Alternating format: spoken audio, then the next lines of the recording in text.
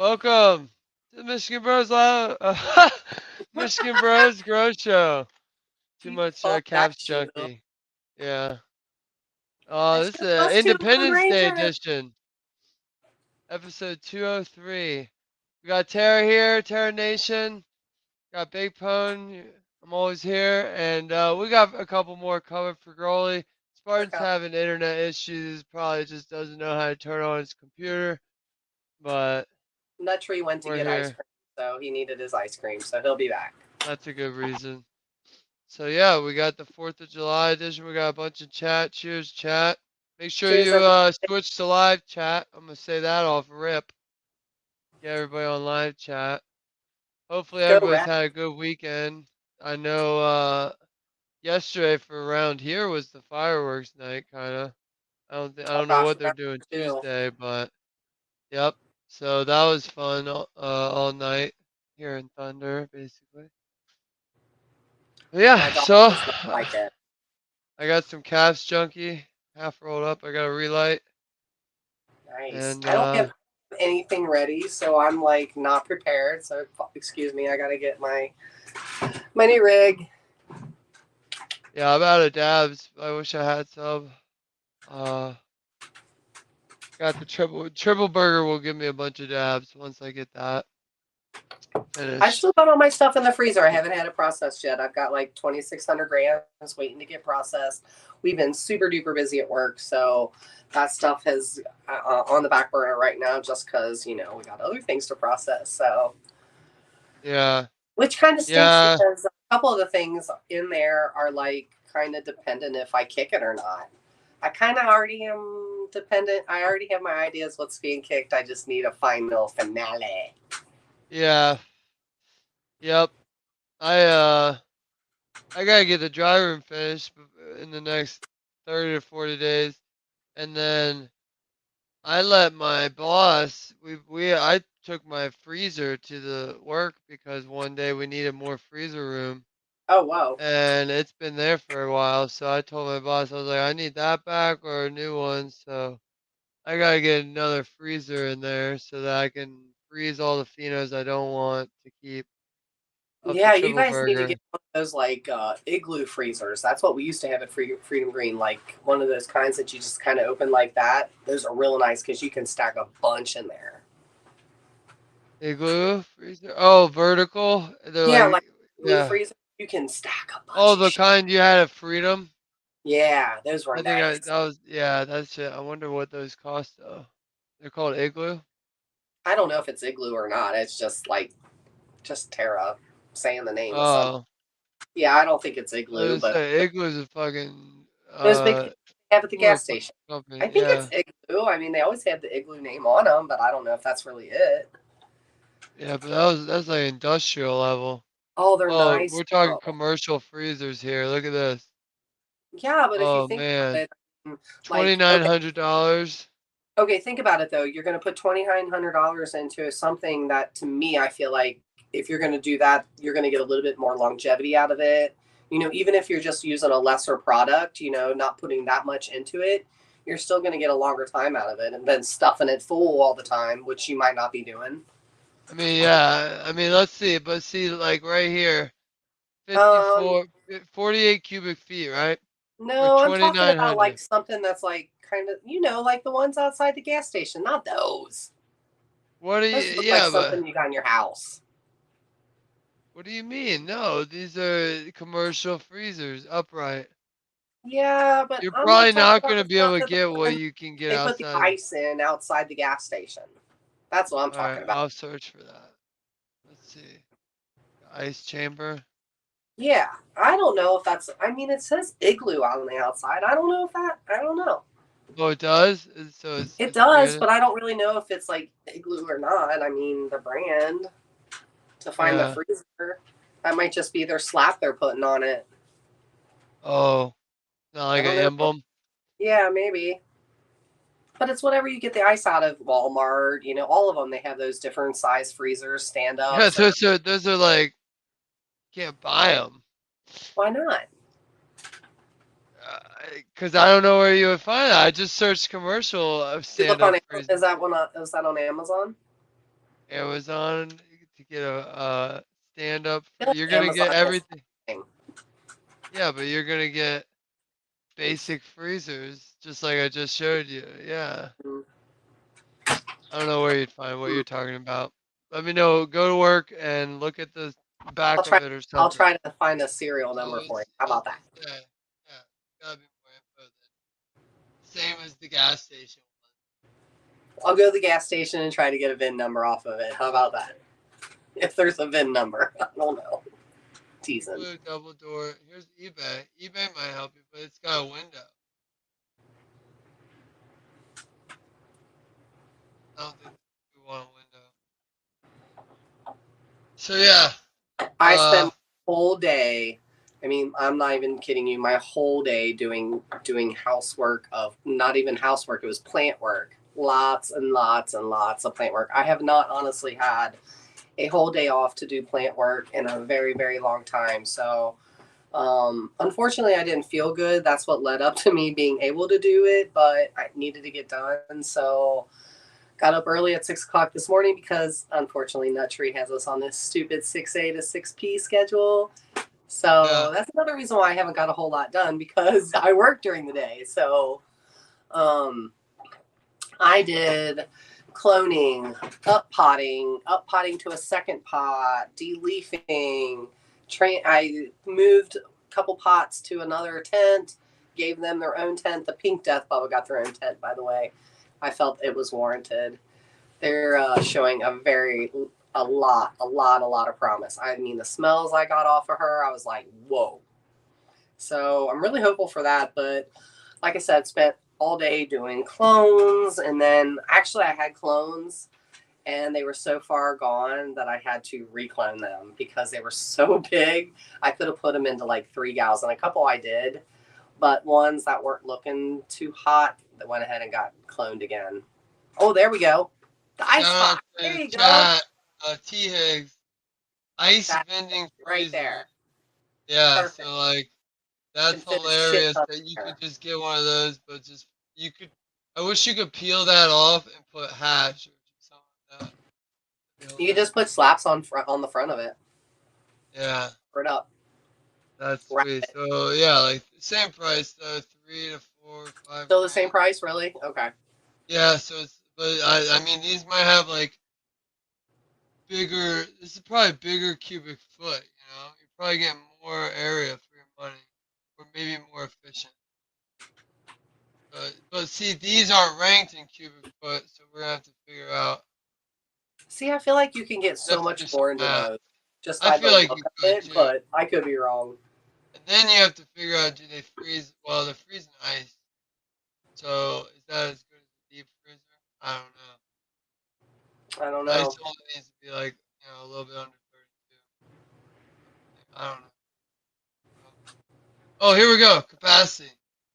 So yeah, so you're getting a lot. You're getting like the Home Depot ones I was showing you was like 3,000 bucks for like 48 cubic. You're getting more cubic feet. Okay, so that's a good comparison there. Yeah. Madam brings up a point. The seals suck though. What do you think? You use them all day, Tara. What do you think about the seal on the You door? know, the thing is we're not you at work. We weren't in and out of them that much. Like it was like the day that we like processed fresh frozen. So yes, we were in it, but not a lot. I mean, we were very calculated in what we were doing. So there wasn't a whole lot of in and out, in and out, in and out. We just when we had some, we packed it all in. There it went. And, yeah, and another thing I too don't. is I like can't really remember warranties seeing anything that matter. feels. I don't know. I didn't pay So attention to that part of it if you though. buy a brand name, like this says it's made in America, so that means all the parts should come from here. Buy a brand name thing like this. I've noticed in the cannabis industry, like Andon, Quest, all those, you can call them and get a replacement, like when your shit breaks. Or like, if it's a big enough unit, like our Hans unit, they'll send somebody out to check it first, get Yeah. fixed out. So yeah, so like it could pay off buying this. So like, say the seal goes bad, you call them, you're like, yo, my thing's not holding temperature. The seal seems to be loosey goosey. And they either give you a new unit, fix it, whatever, gas. I don't know. But yeah, That's the thing. If you're not in and out of them a lot, maybe you're not gonna be. Yeah, I mean, like at work, it was just like, a few times. I don't even want to say a few times a month. It was like the day we harvested. That was the day we did fresh frozen. And then after that, we didn't get into it again until it needed to be processed again to go out or something. Or so there wasn't a lot Yeah. of Yeah. in our part I could talk about kind of thing. What I dealt Yeah. with. Yeah. Oh, there we go. We got a wild Spartan appearing. Welcome, Hey buddy. there. What's up? What's up, guys? Hey there. Man, Checking out freezers. Yeah, we were talking about freezers. freezers. Yeah. Yeah. Yeah. So let's do the I math was though. just on. It was the weirdest thing. I was just. Go ahead, Spartan. Go ahead. Oh, Oh, so No, I I was just want to do gonna the math bitch. I was though just gonna say I because was just on another show. oh, fucking 60 cubic feet for $3,000. I got 15 if you round it. It's 14.8 cubic feet, but let's round it 15 for $500. So the four of those, about three of those, and that's $1,500. But I'm not gonna be taking. I wouldn't be taking a That'd be a lot of horizontal ground space. Three freezers versus one. So price wise, I don't know. I think it saves a shit ton of space though. But yeah, we're talking about comparing regular freezers to industrial ones and like the gas station style. I don't know. I just always like the gas station. I think that the I, gas station ones would do better. I guess. I don't know. I don't know if it's really true or not. Yeah. I mean, they're Yeah. withstanding the elements and that kind of thing. So I guess I feel like they would be a little more. More Maybe insulated. Yeah, that's a I good don't point. know. It looked like they took a regular electric plug, so they must not use that much more electric. I don't know. So yeah, we're talking about finishing the dry room part. Gotta get that thing done. Uh, the dry room. Oh, with yeah, freezers. yeah. Would you finish it with freezers? Sweet. I've got Well, a cause I crap gotta ton of get lag. freezer back. Yeah, it seems like you're delayed. Hey, there's a bunch of storms going on. It's pouring down here where I'm at, so I mean that could be the reason. I don't know if it is up by you guys, but it's been pouring, pouring, pouring. Yeah, all day, all day. Not all Yeah. day. It just literally like started about an hour ago Oh, here. for us it was all day. At least down where I'm at. So, oh Lord, dogs are spotted something good. So yeah. Oh, there goes more Something, fireworks. something. I'm hearing fireworks. Yep. They don't do fireworks Yeah, here then that's next weekend, so everybody doing fireworks around here, it's just sporadic people. Oh, Yeah, weird. my whole neighborhood will be doing fireworks all week. Hmm. Unfortunately, ugh. Not a fireworks fan, Spartan. my dogs aren't fireworks fans, so Oh it makes me yeah. not a fireworks fan. It is kind of dumb. Fireworks are kind of dumb. I mean, It's a waste of money, yeah, that's what I'm saying. It's like honestly. it's a lot of money for I mean, don't 2 get me seconds. wrong. I do really enjoy them. They're really neat, but that's a lot of money to waste. Yeah. I mean, not to get off of too growy shit, but then you would have to continue on to say all celebrations are like parades where they just like that Thanksgiving one where they probably spend a couple $1 million, if not more. And that shit could all go to homeless, fixing this, whatever. But yeah. So I don't know. I don't know. I don't know if I'm a fan. I think fireworks have gotten lazy. I like to see the Japanese ones where they've actually, advanced firework technology and they've made some crazy shows. But The drone one was awesome that they did. see, I think that's a great replacement. It's like now you've advanced. you can do drone shows, which are even better, and they can pretty much replicate the same thing except the noise. But that's the thing, man. If I know anything about a lot of, at least Americans, they love noises. The cars, you know why people hate the guys that hate electric hate electric? It's it doesn't have the noise. It doesn't have the feel, the noise. The rum bum bum.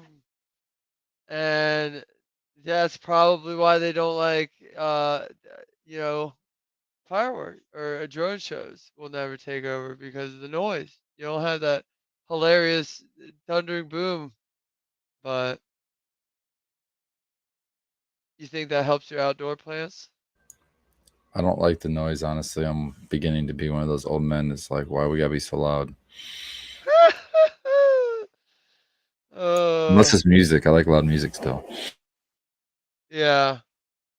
But then I just keep it in my ear with my headphones. Yeah. So yeah. Let's see. Did I do anything interesting to grow this week? I got a really weird looking triple burger over here in the house flowering. Is that the weird Oh, one that was I'm late? supposed to be trimming right now. Oh fuck. I got some indigo daydream to trim. I'm glad you reminded me. I was supposed Oh, to be damn. trimming also. I procrastinate the fuck out of trim. Raise your hand, chat, if you procrastinate trimming. Cheers for Golly. I definitely do. I mean, and when your Cheers, environment's dialed in, you kind of can. But You just let it hang. Hell yeah. yeah, so I'm gonna probably procrastinate at this point. Well, 'Cause that or you do the red cider method that he taught me with the bins and leaving it on the stems with a handful of small sugar leaves on there, and it keeps in a bin for a long time. I'm actually pretty impressed. I've done it for a couple of weeks in the past. I'm kind of testing it out here and there this year to see how far I can actually push it, but. I've been pretty impressed. I trimmed up 3.5 ounces of clementine the other day, and I'm just kind of like, all right, I'm just gonna be done. Leave the rest of it in the bin, Get to it when I need it, I guess. It's kind of nice. You could have one glass jar that you just keep filling, and once it empties up, just trim you a little bit, fill it up. For real. Especially with all the different size mason jars you can get today, whatever size you need, it'll be there for you. You can even get a 5-gallon one if you really want to. Are you serious? Yeah. 5-gallon ball jar? Yeah. Well, I don't know if it's actual ball brand, but you can definitely get like a glass mason jar. I mean, I know they make them for beer brewing and stuff, but you can actually get one with a lid, like a screw-on lid. Oh, I've looked it Uline sells some. Yeah. I don't know about that big, but pretty big. I know. I'm right, and probably within almost reach of me. I have one of their. I want to say it's a gallon and a half. Maybe it's a 2-gallon, but it's pretty big. I mean, it'll hold like 6 ounces or something like that, probably. I'm not seeing anything airtight though.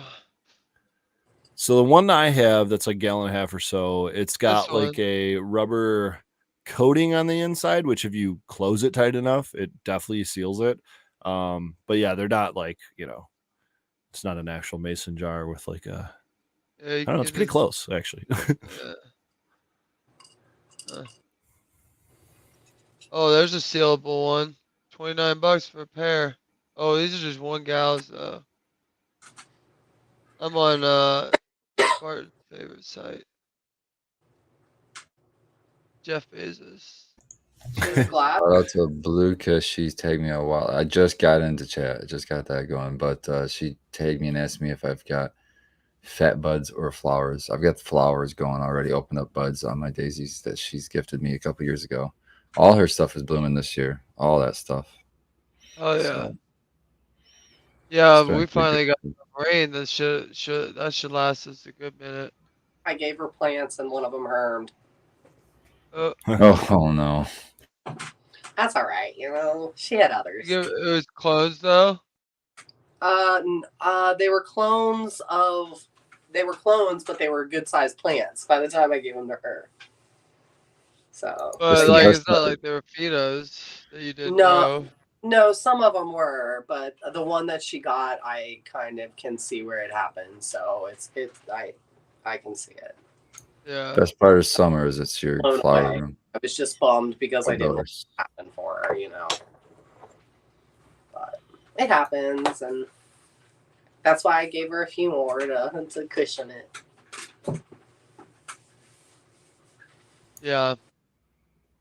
Yeah, I've It's definitely another good thing about a lot of outdoors plants is that you have so much time to veg. Oh. You just replace plants right now if they die or something. Yeah, or if your chickens freaking eat them, man. Dude, let me tell you guys, the 1 gallon pots I put on my deck just to try to like get used to the sun, they were in the middle of the yard the other day because the chickens were having so much fun with them. Now What? my 10 gallon mothers that I put outside to essentially just, get what I could out of them. They're huge. They're like, 5 foot tall or something like that. And the chickens can jump right up on those pots and hang out in them. They're not going to knock them over. But the 1 gallons are a different story. But I will got a video I can probably share here. I don't know if I can do it directly to the PC very quickly, but yeah, they were enjoying the bottoms of my cannabis plants today quite thoroughly. Oh Oh, fingers. To help you doing some leaf tripping, man. That's cool. Yeah, I mean, yeah, lollipop them up, I guess, Chickens are only so tall. Exactly. Oh, that's oh, look at that great lollipop job. Custom done by the Rhode Island Red Crew. Start a new business. Yeah. yeah. I You rent go out around, my- you're like, I got a dope defoliation team, and you just don't tell them, and then you show up with just chicken. Well, dude, not only are they defoliating, but they're clearing out pests and stuff too, man. They're gonna take off any little Yep. bug, whether it's an aphid, a spider mite, whatever, It's gonna man. be your new venture. Your new business. Renting out Really chickens shows by up the with dozen. I mean, I'm not opposed to the idea, guys. pest You know, control and defoliation. yeah, $100 a week. Chicken fun. Oh goodness, free fertilizer.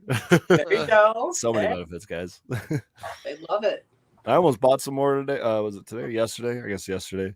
I was telling you guys about those bantams that my buddy up in the UP has, those little miniature guys, I guess, and how silly that rooster was, and made me laugh and all that. But they had them at the one of the local Tractor Supplies yesterday, and it's like, we're not quite ready yet, but I could go for some more bantams or for some more chickens. It's so addictive.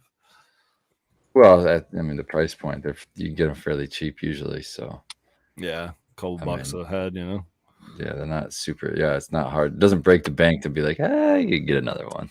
Yeah, for sure. And here's the other thing too is like, I mean, in the wintertime, it gets a little expensive to have chickens just because they're not out, finding free food. And our food usage is got to be somewhere between 6 and 10 times in the wintertime than it is in the summertime when we're letting them out and free ranging them every day. And you're feeding them your food scraps too. You guys just aren't generating enough. So we do feed them our food scraps. Like I cooked up steak tonight, and they're not going to get any of that because the little scraps that my dogs got. But anything that's left over from maybe a salad that's not going to get eaten, or anything that was left over on my kids' plates or something like that, that they're not going to eat, that's getting taken right out to the chickens. So they definitely eat a lot of food scraps, but they're in and about and around the yard for 14, 16 hours a day or something like that. And they have plenty of space to, go find anything and everything. I have been trying to keep them outside, out of my main vegetable garden, just because I've seen what they've done to my broccoli and my cannabis plants and everything else. But yeah, I don't need another essentially pest there. But I think when the plants are big enough, I might let, maybe a couple at a time go through there and just kind of, take care of any pests or anything like that. It's another way to have IPM, really. I mean, do you have ducks too, or no? We used to. We don't anymore. We had 2 Peking ducks that got taken out by that mink video I shared. Yeah, that was pretty gruesome. That was really gruesome, actually. But yeah, the ducks are fun. They're just the personalities on them are massive in comparison to chickens. they'll like nip at your fingers, and they're really playful and everything, really like joyful. At the same time, they're like really mean and aggressive. Yeah. But they're stinky. They are just so stinky and so messy, and they don't really take many solid poops, you know what I mean? And so most of their waste is just all over a mess. And so like if you don't have like a pond or something like for like really like a lot of outside space for them that is protected, it's a challenge and it's a mess. That combo though, chickens and ducks together, a few ducks and some chickens, and you have them run through a place, they'll eat up a lot of bugs. Mm-hmm. Yeah, and I would say the ducks more so than the chickens would eat the greens, you know what I mean? But you just saw in that video right there, the chickens will do plenty of that too. Ducks will eat the snails and slugs. Yeah, they like dig in, dude. What do they call that? Where they is it foraging? I think it's called foraging when they're they like dig their bills into the ground and they're like marshy. It's so funny watching them do it. But yeah, snails. And they open and close really fast. They like yeah. Yeah, like if a chicken like pecks you, it's like a real like quick like peck, Whereas a duck, well, yeah, it's like just nibbles on you like a little baby dog or something, like and it doesn't hurt at all. It's silly. It's very silly. I got some of my favorite jealousy from Indica Bee. Nice. Love it. Like herb? You guys got some flour? Yes, nice. Love it. I'm smoking some. It's all ground up now, but some. Just getting ready to do it myself. Just love it. Absolutely love it. I can't get enough of it, actually. Baked over there hating on the terps. Like your grandma's potpourri dish. Trap cherry. Put up, boy. Shoot it. I love it. Grandma's potpourri. I like those bananas. His cherry Garcia was awesome too. Hold on, we smoked something else this week. Apple mints, I think is what it was called. That was good. Was that like apple pie Kush mints or something? No, or apple fritter? It was no, it was not. It was a little different. It wasn't what you expected. Was it that cross? The AJ, what was it? AJ Sour D to. He told me what it was. I think cheese. That might be what it is. It was something more. That one was pretty nice. Not an apple fritter times sherbet. Yeah, that's what I was thinking it was too, and it wasn't. It was different. It was good. This I really apple fritter. I can't really put my finger on it, but it was super duper good. He also had some orange gasm, which I didn't smoke because I don't like orange stuff, and he knows that. Which I love his stuff, and he's a great grower, but I gotta pass on the orange. Did he have some garlic? Was it garlic? Oh, I got garlic melon. Yeah, okay, nice. That's garlic a good one. Dash. Love it. Maybe it was melon mints times sour apple killer. Maybe that's what it is. From Raw Genetics. That sounds familiar. I don't know. We'll have to talk about it tomorrow. I'll get back to you. Yeah. We talked about it, but There's a lot of apple mints. Nobody checked the name on that one when they were making There's so many. Yeah, I gotta hit you up soon, baked, because I got your grab bag from to try. Yeah. Excited for that. Ultimately, I love this jealousy so much. So much. So much. So much. That Cherry Garcia is always a good one. It's good too. I got during the day, I love it. Larry Strawberry Rooted. That was one that fell off a truck. And nice. Yeah. Love when that happens. Yes, that one I'm pretty excited to see if it washes or blasts good, whatever. Because it was thick chick. But yeah, thick chick, you could say. I got a ton of chems coming up this next round. Oh, really? Dude, there's some crazy ones. A ton of chems. Tell me about them, because I'm a huge fan of chem, and I don't have enough of that in my life. I kept looking at that tree, and I was like, "This is all chems." Have you heard of Chem Ho? Chem Ho. Yeah, it's Tahoe OG times 4DD, which 4DD is a shit ton of chems. It's from People Under the Stairs. They're kind of an underdog. Ooh, I like Tahoe OG. But yeah, exactly. Tahoe OG. So they say Chem Ho. And I just thought it was funny because we want to do the GM Ho. But yeah. I have a people under the stairs pack. Sometimes I-95. I don't know off the top of my head, but maybe it's 4DD times I-95. But that should be a banger. Biochem is the only or one of the few chem crosses I've grown out for a while. Yeah. But it reminds me a lot of the white and those crosses for whatever reason. I think the white is maybe a little bit more diesel-y than it is chem, but that diesel kind of chem family, I'll call it, even though they are definitely different. Those are two things I just don't. I've grown a lot of them in the past and for years and stuff, but I just currently don't have anything like that in my profile. So it's What is that? Chemdog? Is that Chemdog times biodiesel? probably, and that's probably why the diesel and the chem, is up my alley.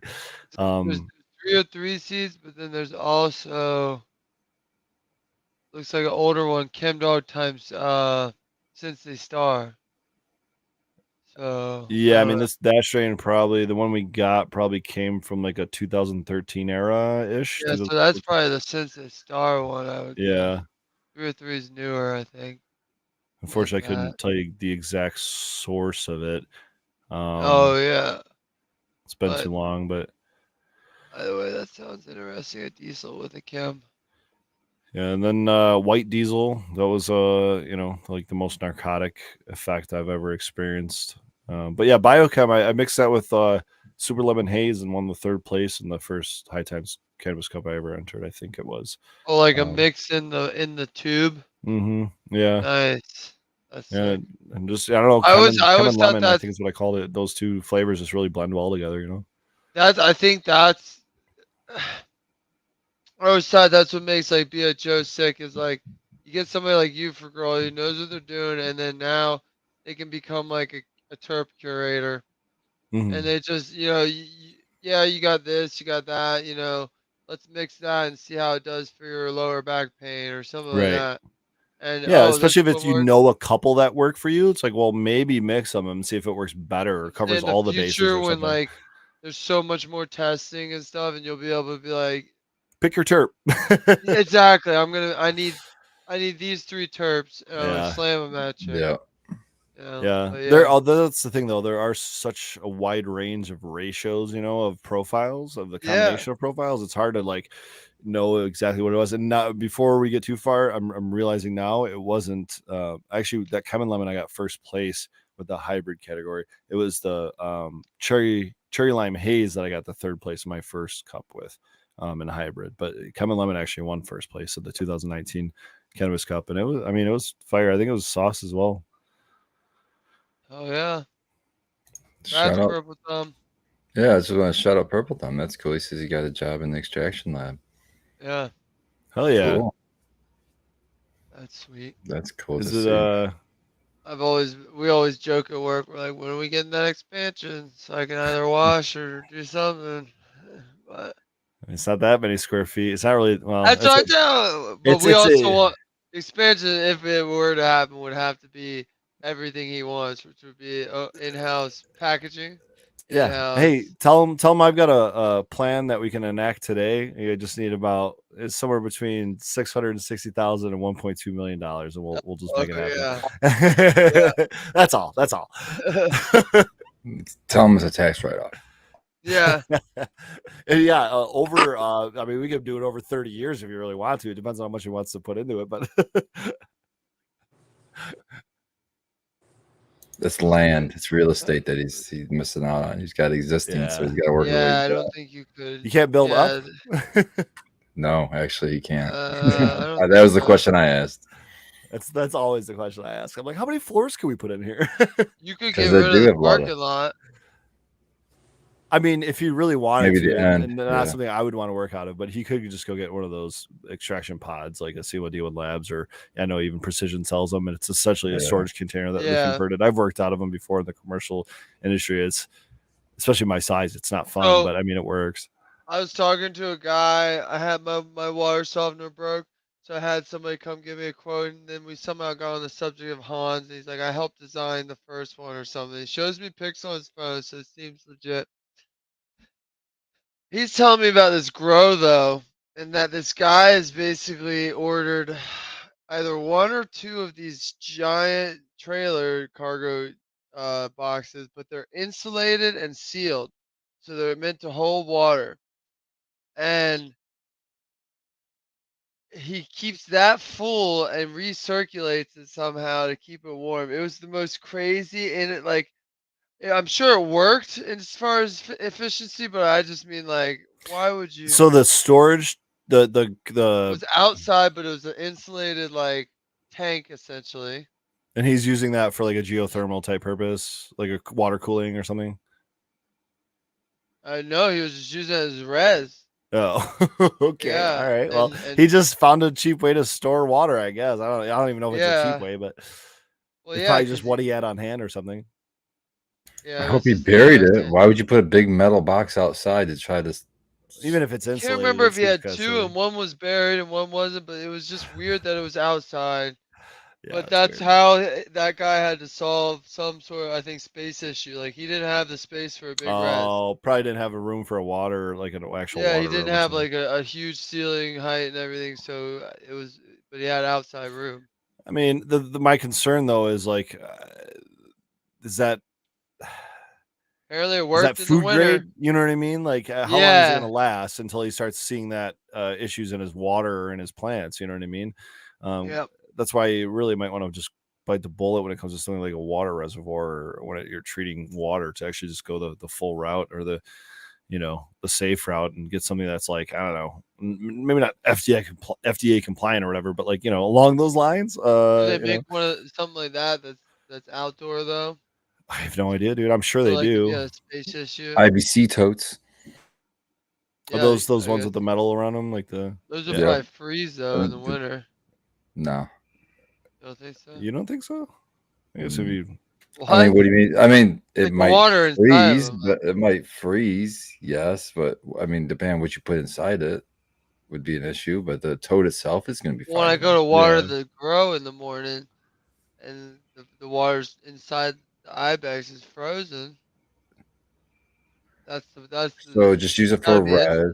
Just leave it empty when it's cold outside. When you're ready to fucking water your plants, you go mix your res with warm water, and then you water your plants. I By the time I it gets there, it's I fine. I think at a commercial level, if you had a big enough reservoir, you might get away with that because of the amount of water you're actually using in a commercial grow. But yeah, Yeah. for someone like us Keep that's a going to pump, store, submersible pump, keep the water running so it doesn't yeah, freeze. yeah, make a little Bro, pond out of it. Fucking throw a bro, koi in there, those like. pumps don't There you go. do shit. Or I mean, They those make little those water tank submersible heaters heaters. Yes, for I like use animals those. and I stuff. use Tank. those for my farm animals. Those actually work really well. They will take a 15-gallon chicken water with a 400-watt I'm tank heater, talking and it'll like keep it fine all 150 winter long. gallons. Yeah, Like, those things are like 400 gallons. I think the ones we're talking about, like the big square ones with the metal wrapping around them and stuff. I yeah. have a friend that gets them for free. As long as he picks them up, he takes a semi truck that he has through his business, big old flatbed semi truck, picks up like 60 of them at a time for free, because as long as he takes them off the property, he gets them for free, and then turns around and sells them for $100 a pop. But these things are been used for like chemicals for like factories and stuff, so it's not something I want to use in my in a grow or anything. Yeah. But yeah, it's a We were talking interesting way about of getting. cone bottom reses the other day. What kind of what bottom? Cone. Like Cone. cone Oh, bottom. cone bottom. Yeah. I gotta start seeing what kind. See if I Those can work find- well for vortex brewing and stuff too, right? Or is it slightly I different guess that'd be style? really expensive, but like, Yes, they would probably work good for that. Yeah. I mean, I don't know if you would use do them a for the big same batch purpose, of but tea. Yeah, I but personally don't brew teas. So. same. I've just seen I- them or seen those vortex brewers, and they're always like cone Yeah. at the bottom, Yeah. Oh yeah, I have a Country Roots Vortex brewer, but that's Nice. just like a 5 gal water cooler, funnel. That's how it makes its funnel. But the cone bottoms, I want to find one for like pumping water and shit. Getting Would the you use it for automation. just like a nutrient tank, Just right? for Like like a mixing tank. yeah, Vortex, yeah, okay. like that. I gotta find one that fits, so we can still walk around it. have What room. like how many gallons are you looking to get, or like what kind of Just like a 40 or maybe a 40 to 60, something like that. how But we were would that get you? talking. Like 1 day or like 2 days? How many days would that get you? So like right now, that would get me like a 40 gal would get me probably 2 to 3 days, and then. But that's I'll tell you guys right now. We overdid it with the triple burger. 28 What? 28 to Oh yeah. 30, 28 to 30 plants in one room. I had to bring in the second DU. So now everything's fine with the second DU, especially after I stripped it. When I didn't Yeah. strip it, that shit was high humidity. And then not only that, it's the water and the manpower. Like I I spend noticed 3 probably degree water 20 difference in my gallons tent a the other night. day when I stripped my plants. You did what? So everything had been running at 83 degrees, and once I stripped all the plants, it was running at 79, 80 degrees. Yeah, I exactly. And the believe it. humidity was probably So perfect. Yeah. they need to breathe. Yep. So, but yeah, so like I spent like 20. I'm gonna cut it in half and do like 15 to 16 plants, and so I 10 gallons a night. I was gonna Uh, Yeah. say, is there gonna be a pot size difference? Yeah, no, for sure. Well, it's hand Oh. watering, so still gonna do 3 gallons, but Well, so what's the issue? Is it hand watering and the roots drying out, or is it just too much plant mass above the root balls, or like what's? well, I think feel I like we're talking guess about two different things. I guess once I have water out there and I have a bigger RO, it won't fucking matter how much, But for now, I'm hauling 20 gals minimum to the garage for a flower. Usually I have to haul 5 to 10 So you don't gals have for water veg. out there. I know that feel, bro. Yeah. Yeah. Then I have to. So I'm putting my res in the house on near empty every night. So I have to time it perfectly every day. Well, I Can don't. can I just leave we it on now. can we But back up? I actually want to talk to you about your water softener issue, but before yeah, we even get there, can we back up to the reason why you don't have water in your grow space yet? Or it's a detached garage that's never had water. okay, And then so I had the same issue, and it's just a matter of running it, or yeah, so the way my house is detached garage is on the other side of the driveway. Mhm. also on a city municipal water supply. So it's not just as easy as digging a well or teeing off an Yeah, existing well. Yeah, I yes. was just saying So I digging a either new well is very expensive, but teeing off from a but I yeah, didn't see the thing is I didn't tee off from my line. I actually this isn't a cheaper or easy way to do it, but I actually I had to run a line from my house, like well, from where my water access is to yeah. my grow space, Well, see, that's what I'm gonna. I got the plumber coming out next Friday, and see what either I tee off from my house, which is weird because it's kind of on a hill, but the garage is not.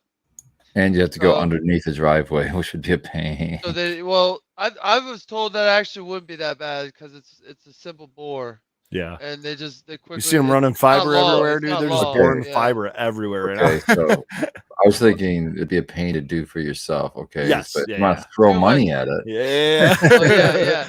Yeah, Now pay if I'm doing somebody. it now, here's the other option. From what I remember when I was changing the gas lines or something, I had the 811 dig people out and put all the flags. Mhm. I believe the main from the city is on this garage side of the yard anyways, but I would have to dig Hmm. my own I dig my own trench, but it goes across sprinkler, electric, and gas. So I need to do that. I do that, but here's the catch all. I have flat rate water. So if I tee off my house, I probably still won't even get to the next tier in flat rate. That's how crazy it is here with the flat rate water pay. What does that mean? But I'm if on a well. I don't even know what You, that you so pay a means. flat rate flat means rate.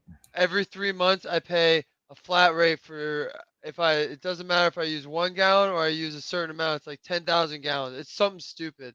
But like you need a huge family to be using that much water or something. So once you go above that, then you pay like let's say you start at 100, then you pay 150. So like I pay Oh, it's okay. So 117. it's not crazy either I way. pay 117 every 3 months for water. But and I've never got the above tier that. Like they'll just hit you with the price difference. So I've never hit that in my all my time here. So I don't think I hit that. But if I go off the main, I'd have to put a meter in at the garage. Therefore, I'd be paying 117 twice for that one as well. But Yeah. which is like, whoa, I might lose some money there because I could tee off the house and just save money. But then I also have my electric and separate water bills for the grow because I have a separate Are electric they bill. on? Are they on separate parcels of land? They used to be, is what I'm guessing. Okay. And the Okay. person bought the lot next to them. So if you should be able to just contact the utility companies and put those all on the same. Now they might give you problems because they are metered separately, but you should be able to get them like essentially on the same account, even if they are run Yeah, separate maybe. lines. See, that's why I really just gotta talk to some plumbers and get some quotes and see what they say. But yeah, that Yeah, would be stellar. That would be because optimal. my And parents did then the I'm same just gonna thing. buy a RO from work because we have a bunch of old ones lying around Nice, and they're massive. And nice. I'll be able Oh to yeah, just pump in water whenever I want, or have a float system and keep one. We were talking about have one res or two res because if I have two res, I can keep one full. Like you have a what is it called? They have a certain name for it, but it's like a standby Like a res. stock tank. A stock tank, yeah, it's just full. That's what we have at work. We have like a I don't know what is it, 1,000, 2,000 gallon stock tank. It's tall as sin. But so that might be it too. I get like a 60-gallon stock tank, and then at the end of the haul, I got a 40 that's teed off to everything, or something like that. And that way, I always have 60 gallons ready. With it, I don't know, but yeah. I mean, so with my personally, like if you're on a well, which you're not, but if you're on a well, if you lose power, you don't have water. oh So shit, yeah, so being on a well, it's important to have a backup generator, even if it's just for your well pump, let yeah, alone your lights, your dehumidifiers, and everything else. So that was part of my thinking there, but that doesn't really apply to you. You're always going to have water pressure as long as the yeah, city water department is operating, you know what I mean? And if that's not operating, well, we're probably not too worried about our cannabis plants inside at that point. We're probably just going to take them yeah, outside and deal with it, but um all that being said,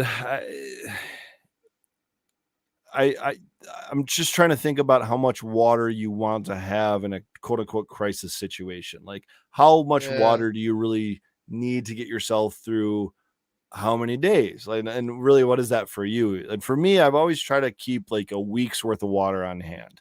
And so personally I fill up about well let me give it to you this way. I But you have gotta remember, he lives one town over. Like literally, how long does it take you to get to? Was it maybe 5 minutes, 10 minutes to get to one town over? And there's the water store. Like you can buy RO water by the 5 gallons for like I don't know oh, three near four work. bucks. Yeah, Oh, yeah. I Right. would just go to work.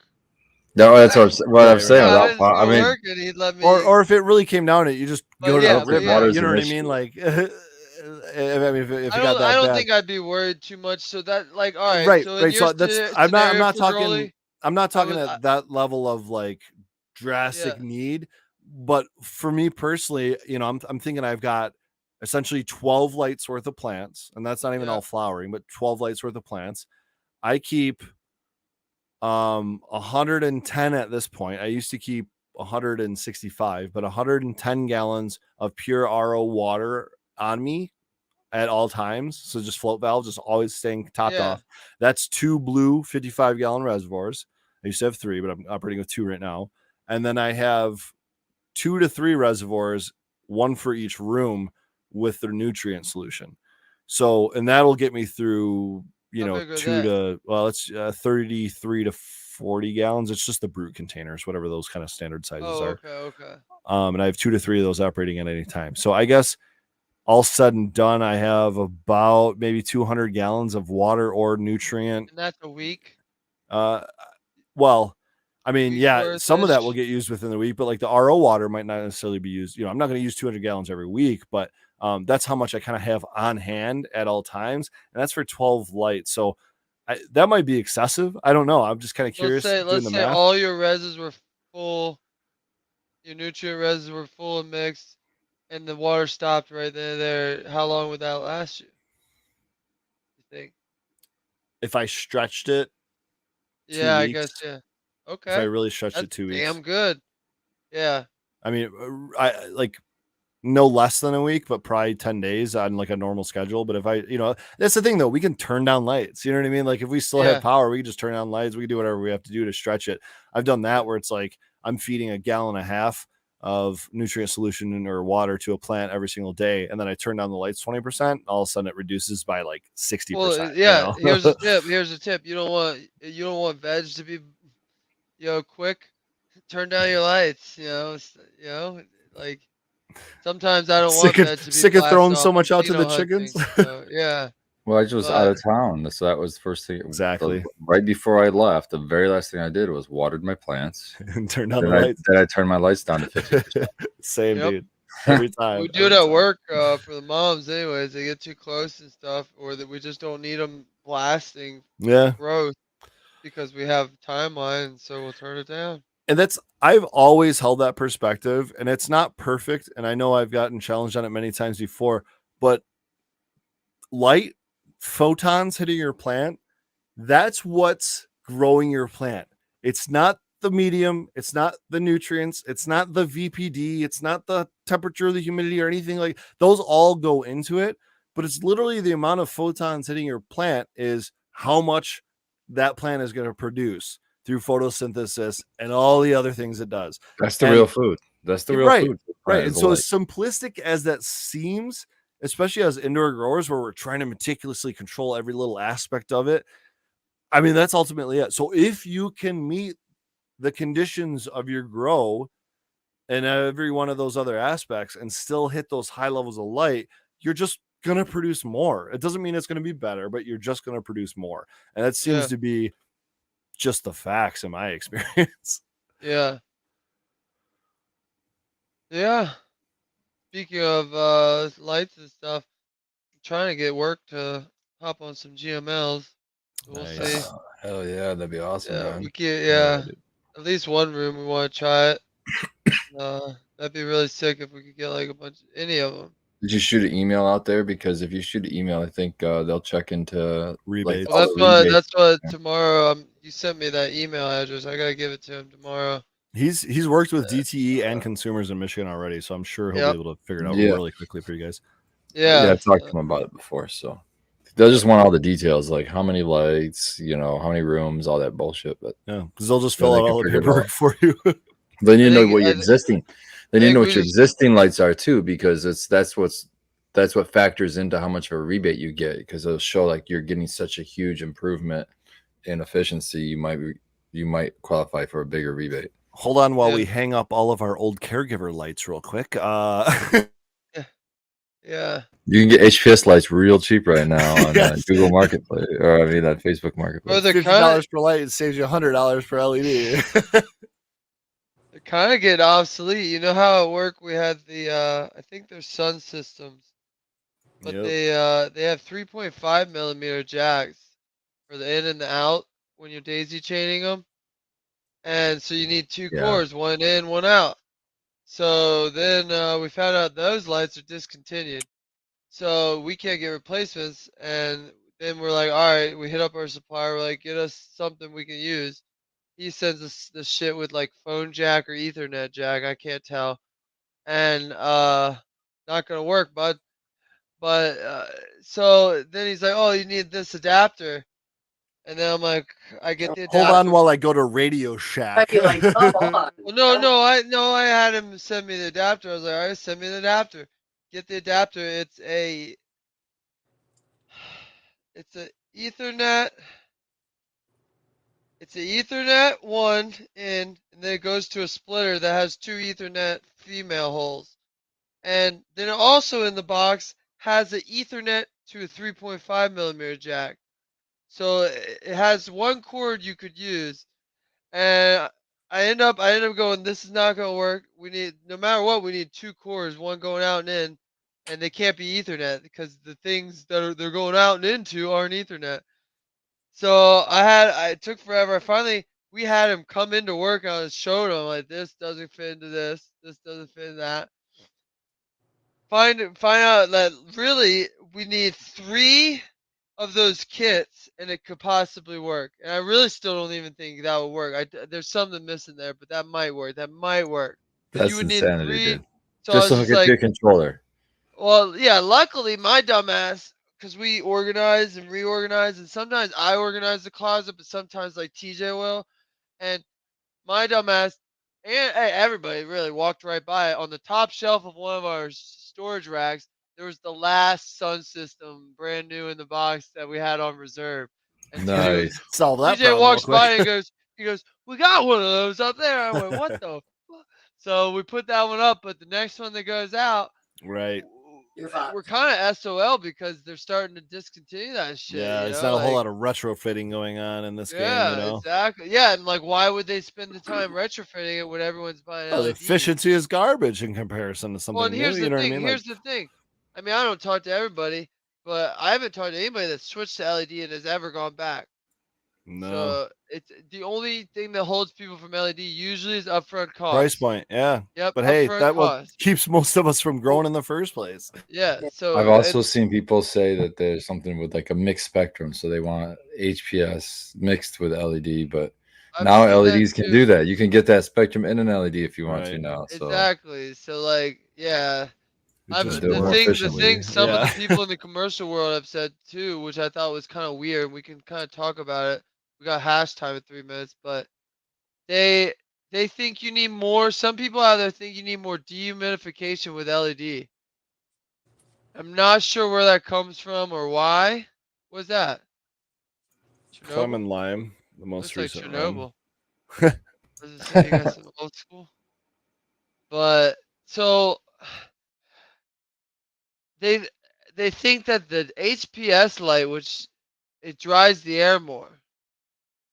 But to me, in a sealed room, the humidity is the humidity. You put 100 pints in that room, there's 100 pints either It transpiring or I'll tell, evaporating. I'll tell you really quickly. My very basic understanding of this is that HPS just runs hotter at the bulb and it's hotter residually, so that's going to cause more transpiration in that area of effect, if you will. That doesn't mean the whole room's going to have necessarily that a massive effect, but I think it's just the amount of heat that they're putting off and radiance causes that kind of difference. yeah, so you know that the inefficiency in an HPS, like when you look at an LED and an HPS side by side, they're drawing the same power. If they're drawing the same Yeah, power, if they're drawing Assuming they 1,000 watt, are, 1,000 yeah. watt, yeah, the yeah. LED is more efficient, so more of that power is turning into light. So what happens to Heat. the light over here? It's either heat. photons or It's- heat, right? Yeah, it's infrared. It's infrared heat. And then we've all seen the light map of a HPS as opposed to especially some of these modern day bar lights, how way better spread there is. In the Yeah. HPS, there's that big peak of energy Right right in the down the center. middle, Yeah. big peak, right spike in the middle, and then it kind of falls off on the edges. Well, that's going to be the same with the IR. So all that IR, all that extra heat, the inefficient heat is going down and hitting the middle of the plant. Like Fergoli says, that middle of the plant is warmer than the rest of the plant, and that thing's just sweating. It's transpiring. It's Yeah. Well, what I dumping. looked up, cause here's yeah, but like I get that makes sense, but like I said, it's sealed room. Where's if you're not condensing that water into a bucket or a drain and taking it out of the room, where can it go? Humidity is humidity, so it's either condensed somewhere into water form or it's in the Yeah, air. it's sitting in your HVAC So in your collection so plates of your e- HVAC.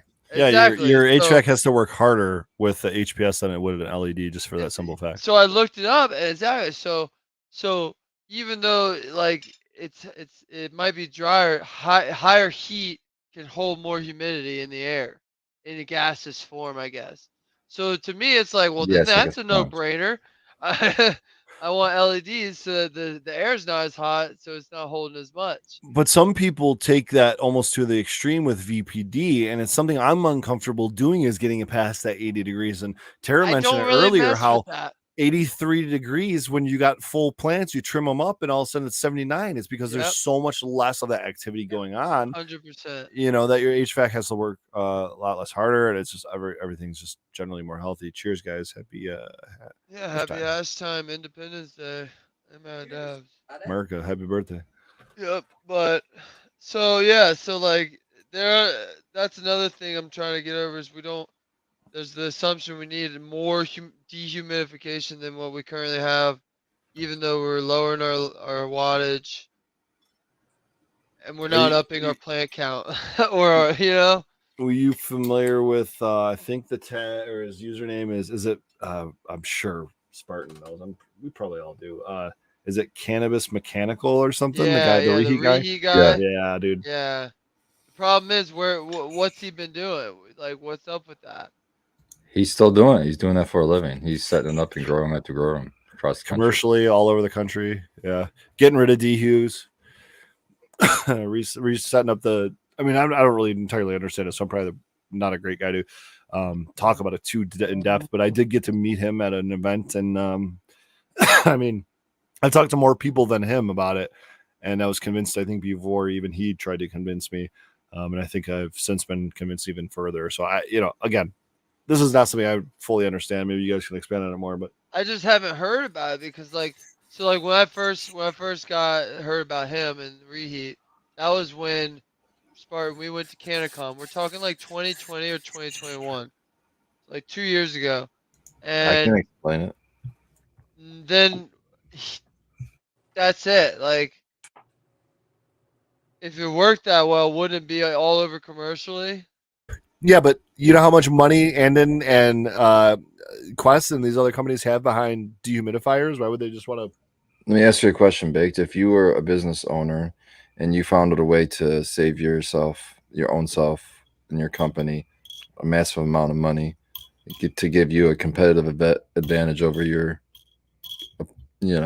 everyone else that doesn't know this, would you share it willingly? I mean, would you just shout it from the rooftops, or would you just kind of keep it close to your chest? God damn this greedy industry, dude. Well, You're so right. The problem with that is reheat isn't like everyone knows what he does. He does reheat. You can go Reheat Google is reheat in other used. industries. Yeah, it's used That's what to I'm saying. So dehumidify it's in not a other secret. industries. So like all you need is another HVAC guy that knows his shit. So like Yeah, do you know that? I mean, look how fucking just from working where you work that that's one HVAC bad guys are example not. of bad HVAC. I'm That's what I talking was gonna about the say. good one. No, I'm Like, saying it's hard to find a good one. That's Yeah. what I'm oh saying. yeah, And yeah. a but good they're one, there. even a good HVAC guy isn't necessarily going to be good for the cannabis industry. And I mean, we're taking agriculture and like just the most They're out advanced there. The guys that technology. are specialized in the pool industry, the indoor pool and stuff like that. That's where reheat kind of is born, and that's where Well, it was all it's like coming from. it's like every industry. You have people that are in it because that's their job. That's maybe what their dad or somebody taught them how to do, and that's what they've been doing. But then you have the people that are in that same industry because they fucking love pool technology or they love HVAC Yeah, but technology. the situation that you're looking at is you have to think of it from a business mind, not a growing mind. And the business mind is I have a facility that's already got stuff in it. Why am I changing anything? You know what I Yeah, mean? That's what they're I guess saying. That's it. that. I'm not going to Yeah. change anything And because think about, what I have is Right. working, and that's what I'm going to go with. dude, And that's think what I've heard about a if you've billion got times trying to you explain things to people, if even you've with got LED lights. if you've got 10 rooms, 10, let's just call them 10 grow rooms. It doesn't have to be flower rooms, 10 rooms total, and you've got a minimum of 2 dehumidifiers in each one. You've got $60,000 in dehumidifiers in your facility. That's not an insignificant cost, just like the flooring, just like the lighting, just like it's a major cost. So for No, what blows people's minds about dehues is they're a bigger draw of power than the lighting in most grows. Yeah, they're crazy draw powers. I found. Let me pull it up because I found on their website they kind of sneakily put it up there. They're like, "Oh, it's 800 watts." Go scroll to the bottom and it's something stupid. Hang on. Yeah, that Try blew to my 800 mind. answer watts after Quest. it's leveled out, but the I heard starting that No, it stat was from a something power crazy. company when I was talking to them with these like the lighting companies with like these rebates and stuff, and they said that they stat that it's the dehumidifiers that pull the vast majority of the power. I'm Yeah, like, I mean, if we're what? Not talking when I lighting? looked 120 it up volt, and it was especially, crazy. Like, here's their 100. dude, like all these active air ones we're running in small growing rooms and stuff, like they're so inefficient. It's so bad, dude. It's, I mean, even the ones Oh we run in yeah. our basements here in Michigan, those little 40, 50 pint ones that we all buy from Home Depot, they're just the most inefficient things I've ever seen. But hey, mold's worse than that, I guess. Yeah. I think it Exactly. was Quest dehumidifiers. Let's be the I'll start reheating the. No, everyone but start putting this is the this in. general idea of reheat. I can explain it really quick. So it's just like what Baked was saying earlier. So air is kind of like a sponge when it comes to water. The warmer the air gets, the more water it can hold. And then the colder the air gets, it contracts, and you can almost think of it as a sponge squeezing, squeezing a sponge in the water. That's why you get dew when the temperatures drop. It's got all this water stored in it from being warm during the day. The sun goes down, it gets cool quick, and then you get dew and moisture appearing on top of leaves and everything else because it's literally being squeezed out of the air. It just can't hold that water anymore, so it yeah. condensates. And reheat uses that. So what happens, what the big issue was usually in a grow is right when those lights turn off, it's really hot and warm, and those lights turn off, and now there's no longer hot and warm, and but the plants are still transpiring like it's hot and warm because they expect it not to change. And now you have all this moisture in the air that the air can't hold, and it starts to beat up on the plants, and that's when you start running into molds. So what reheat does is it simulates the heat that you got from the lights being on, and it just has these little heaters in the output of your AC, and it heats up that room, and it keeps that room at warm temperatures until the AC can just naturally dehumidify the air. Like AC is dehumidified, runs as a dehumidifier anyway. It naturally dries the air. And usually, correct me if I'm wrong, but usually your ACs are pulling more water out of your room than your dehumidifiers anyway. Yeah. Right? Yeah, and especially with the reheat in there, then it's going to really pull. Yeah. It's going to make it so you don't even need your dehumidifiers. So I really love to see a home version figured out to see Yeah. if we could test it at a small scale to see I if we mean, could really heaters safely on pull it. timers, I Check think, this is a out. very Well, that's kind of what I do in way. my room. Is Yeah, I what was gonna say we've kinda talked about do this that. before, and kind of like mimicking it, I guess, with our own equipment, what we might have on hand. But I've never, unfortunately, had the heating equipment and all like that would work with the timers. It just It never would really have to What be are you used talking about? through Heating a the air? controller. So the lights basically go off? So maintaining like a mini split can do that. well, No, if but it's it would have to sense. It would have to sense. Prior. It would have right. to be. It had to be able to sense humidity at the same time to be able to turn on and off the heater Okay. because you run your AC as your humidifier. So I feel if like you some engineer could modify a mini split. That's what these absolutely are, can, mechanical it's not engineers. impossible. It's 100% can be done. Yes. Look at this though. So this was the sneaky part. So whenever I looked up, this is a Quest 110, 7.4 amps. Then you come down to the specs though, and you're like 787 watts. All right, fine, that's normal. 7,900 BTU. And if we all know the math, you just do 787 times 3.4 to get your average BTU. So that's 2675. Where the fuck's the extra BTU coming from? Because these things are inefficient as sin. Yeah. Wow. So that was something I remember finding out. That's why I don't Wait, have Holy those can yet. you break that? Can you break that down further? Why? Explain that for someone that has no idea what you're talking about. Because I see a lot of other To numbers on get the your screen right now. BTUs, you take your watts times 3.4. And why is it 3.4? That's like when you when you Google HVAC. You're muted, Russ. Yeah, That's the formula of like it's a formula. electrical to the Like BTUs, the heat what is measurement. it? So that's if you're at 100% efficiency. So like yeah, it's 3.41 1 watt is equal to 3.41 BTUs per an hour. hour.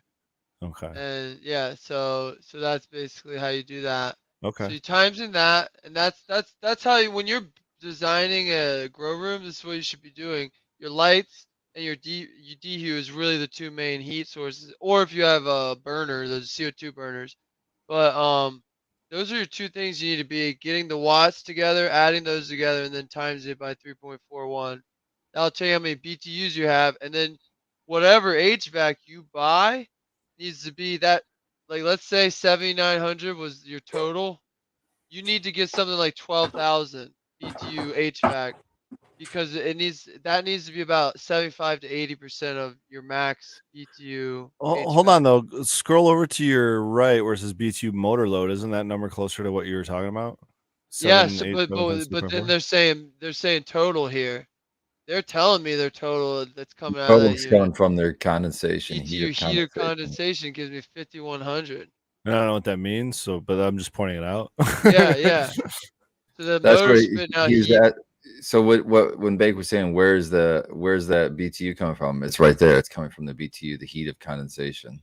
So That's when the it's condensing that water, it's creating heat too. Right. So it's creating a shit ton actually in these things. Yeah, It a shit just ton of shows heat. how inefficient all of them are. Like Well, even can we compare this to a That's not why like reheat's more efficient. That's why a non reheat's more one. Let me efficient. That's find why people like think like when an you active add air heat. 70 pint, like something yeah. half Let the me size. find. Sorry, Spartan. I was just Yeah. saying that's why reheat. That people think at first they're like, well, isn't that super inefficient to run a damn heater and AC at the same time? Not if you minus out the DHU. It's not. It's Right. Well, way and a more DHU, energy efficient. Right. the way I understand it, DHU innards are kind of just are the same as a air conditioner innards without a blower motor or something like that. Like Well, because it's I a had that condenser. Quest. It's a bunch of the same stuff.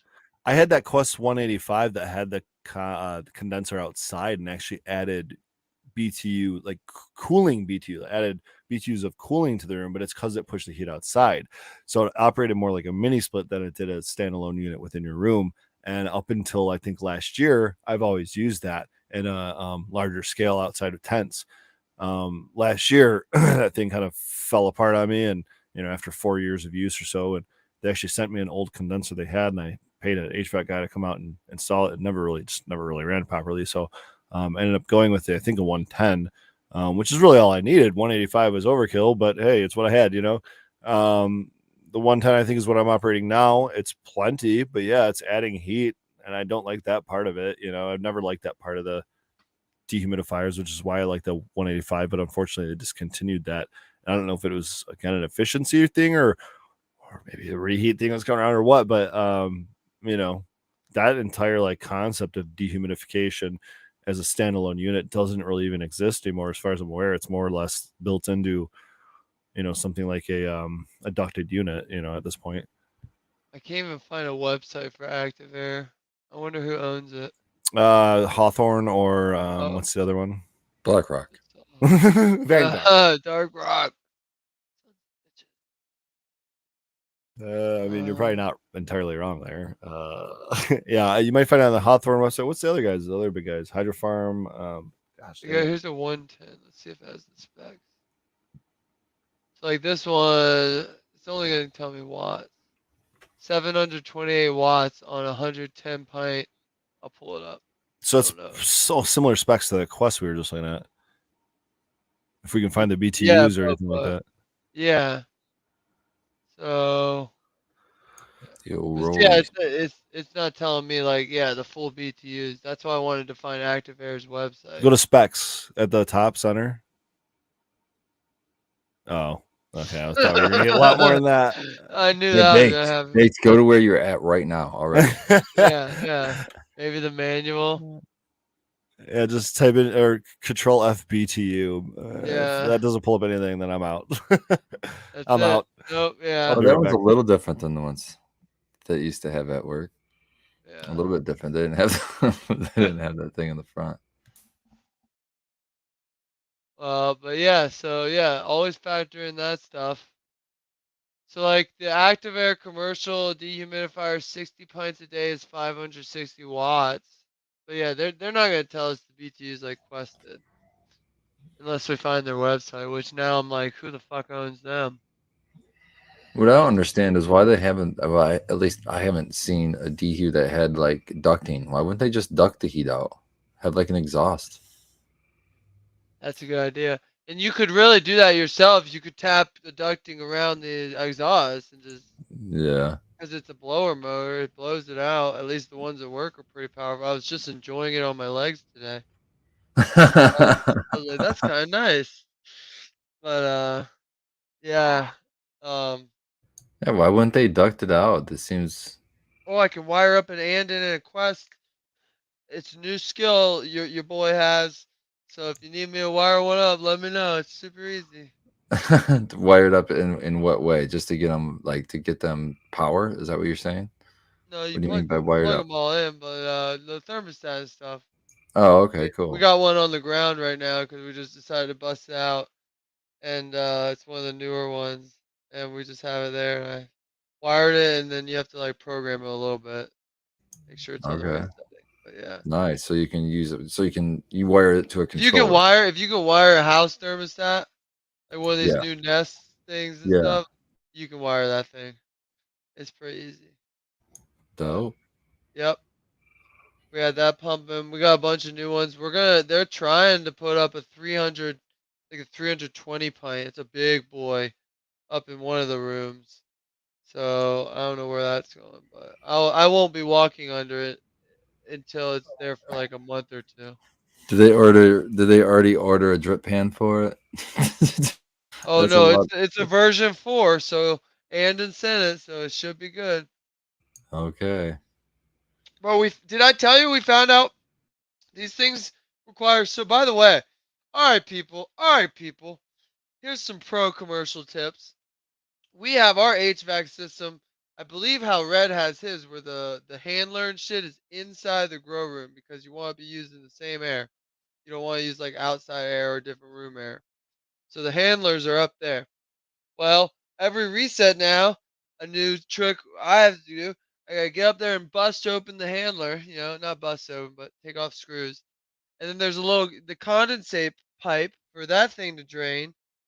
You pluck that off and go clean that because it clogs up, right? So that's why we always saw the condensate on the ducts. That's when it's not draining properly from the inside of the unit. Cool. We now do that. Problem solved. All these andons clogging up. We got our HVAC guy there. He busts one open. There's apparently like a little coil in there, like a condenser coil, right? And under that is like a little funnel or something to catch the condensation and get it out. So many gnats in that bitch from over time that clogged it. And you have to get up in there and you need to suck those out. That's fucking gross, man. But like it's things you don't know. Like Right. I Yeah. mean, the there's a thing is, that filter, you so you have would to think think the about it. They filter would be have to go coming. somewhere. I mean, Exactly. you don't think Exactly. about it, but yes, they have. Well, and them don't want to tell you about it, but you gotta get up there and get the gnat pie out.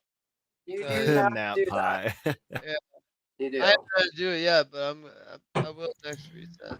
How do you guys clean the flood and drain tables at the commercial facilities? Like I've seen that done a few different ways. I'm By curious on how hand, you guys bleach, Oh, bleach, like bleach water, and scrubbing, get spraying. we get the green like kitchen scrubbies, Like the 3M. brushes, No, they're like little. sponges. Scott. They're not SC sponges. Scotch. Scotch pads. Yeah, Scott or Like Yeah, Scotch yeah. pads. Yellow and Yeah. green. No, no yellow. Forget the yellow. That part's Whoa. gonna crumble apart, dude. Yeah, just green. What about the blue ones? Have you tried the blue ones? No, just green. Okay, yeah, okay. I'm sorry. yeah, I'm we sorry. don't care. The blue ones Blue's are okay. non-scratch. Blue's all knows right. best. We're just paying. They're not the Yeah, greatest, we don't but Blue's care. okay. But so we just go along. We wet down the table with a hose, and then go along with a bucket of bleach water. And there's 4 people at our work, and we're on both sides, and we're going down in between the lines. I mean, you can see if really we're trying to get cocoa stains off because you see those, which are crazy. And then sometimes there's salt buildups. Salt Yeah. buildup to me, it's just dip your rag or your thing a little bit more because you need to just get it wet as Just hell and water or chunk hot off. water. Yeah. Dissolve it So, basically. A little but then bit of grease. the bleach is disinfecting everything. Mhm. So we do that. That's how we do that, and then yeah. Okay. Because I've got a flood and drain tables here, and I'm Do you not. need me to come and give you a tip on how to clean your tables? Do it. My tip. About it. Oh, we vacuum them before we do all that. By the way, like we have That's little. smart. That's definitely Yeah, smart. we vacuum. We Then vacuum. Okay, sorry. We first Sweep, hand then vacuum. brush. Yep. Go and we fucking hand brush every nook and cranny because that breaks everything up. Then we Try. vacuum. Then we do. Yeah. It's all by hand though. But yeah. Okay, so Let's make an infomercial. here's my infomercial I hate. for. I don't hate that, but that's probably one of the lower tier parts of my job. 100%. Scrub Absolutely hate squad it. I don't sucks, dude. hate Scrub that part of squad it. I sucks. actually like it because then that makes me feel like I'm actually like doing something really. Say no more, Tara. You're Well, hired. when you look at the I'm serious. reset after, it is nice. But when I have to Yeah, that's lean true. over, if I were 2 foot shorter, I wouldn't give a shit. Dude, But leaning over all 100%. day, Oh, I'm and sure. I'm putting all my effort on getting the Yeah. brown stains out. That's It's a hard on workout. my little body, so I'm Yeah, sure it's and hard on your tall we're ass doing body. 3 50-foot tables in a row. So Yeah, it's dude. So I was on here 2 months ago complaining about how my forearms got tired from scrubbing pots. So my pro tip here in this case, and this is honestly kind of what I have to do because I'm running perpetual and I don't like running a bunch of bleach around live, plants that might be getting perpetual in harvested the in a same week or room. two. Yeah. Yeah. So, and I've only got 2 tables in my main flower room, and the other side doesn't have tables or floor plants, whatever you want to call them. And then I've got 1 table in the other room, so it's just 3 tables. So every I don't know, 9 weeks, 10 weeks, or 12 weeks tops, or whatever veg, they might be getting. Well, here it is, power washed, and that's kind of what I have to do. Is I have to take them outside the building and I have to power wash them. But that's the quickest way for me to clean them and the least amount of real effort on my physical body, like that standpoint. The You problem use is a it's gas. not really I don't feel disinfecting like it. power washing it even Well, you gets can it put bleach in a either. power washer, my It friend. still needs that manual hand on it, the way I feel. Just because power washing does a great job. Don't get me wrong, but there's some stuff that gets left in between those ridges and stuff, and you just can't get that with a power washer. You got to take a hand. Ooh, I disagree. What PSI are we talking about here, Tara? I'm using a gas powered one that's gonna take your leg off if you want it to. I don't know that, but I still got to go back and do a little bit of cleaning. So I don't know PSIs at all. Out of my range. Whoa. Yeah, all I'm saying is there's some electric ones that you could use indoors. You know what I mean? And those things might only be pushing 120. I don't know. I actually don't even know what the PSI is That was either. the But thing. let's I call was 120 thinking, psi I'm now versus a gas thinking might be throwing 300. maybe I I'd should like get something like electric. down the steam cleaner kind of angle. I think that would be cool, like a hand steam cleaner that you could get Problem really with You that got is hot. we're Stanley's dealing with number? plastic. Yeah, That would be Can't a have it too Yeah. hot. have a steam that's cleaner. true. I could use that and just see, because I have a bunch of different attachments. So Could you just steam an entire grow room like they do with the foggers?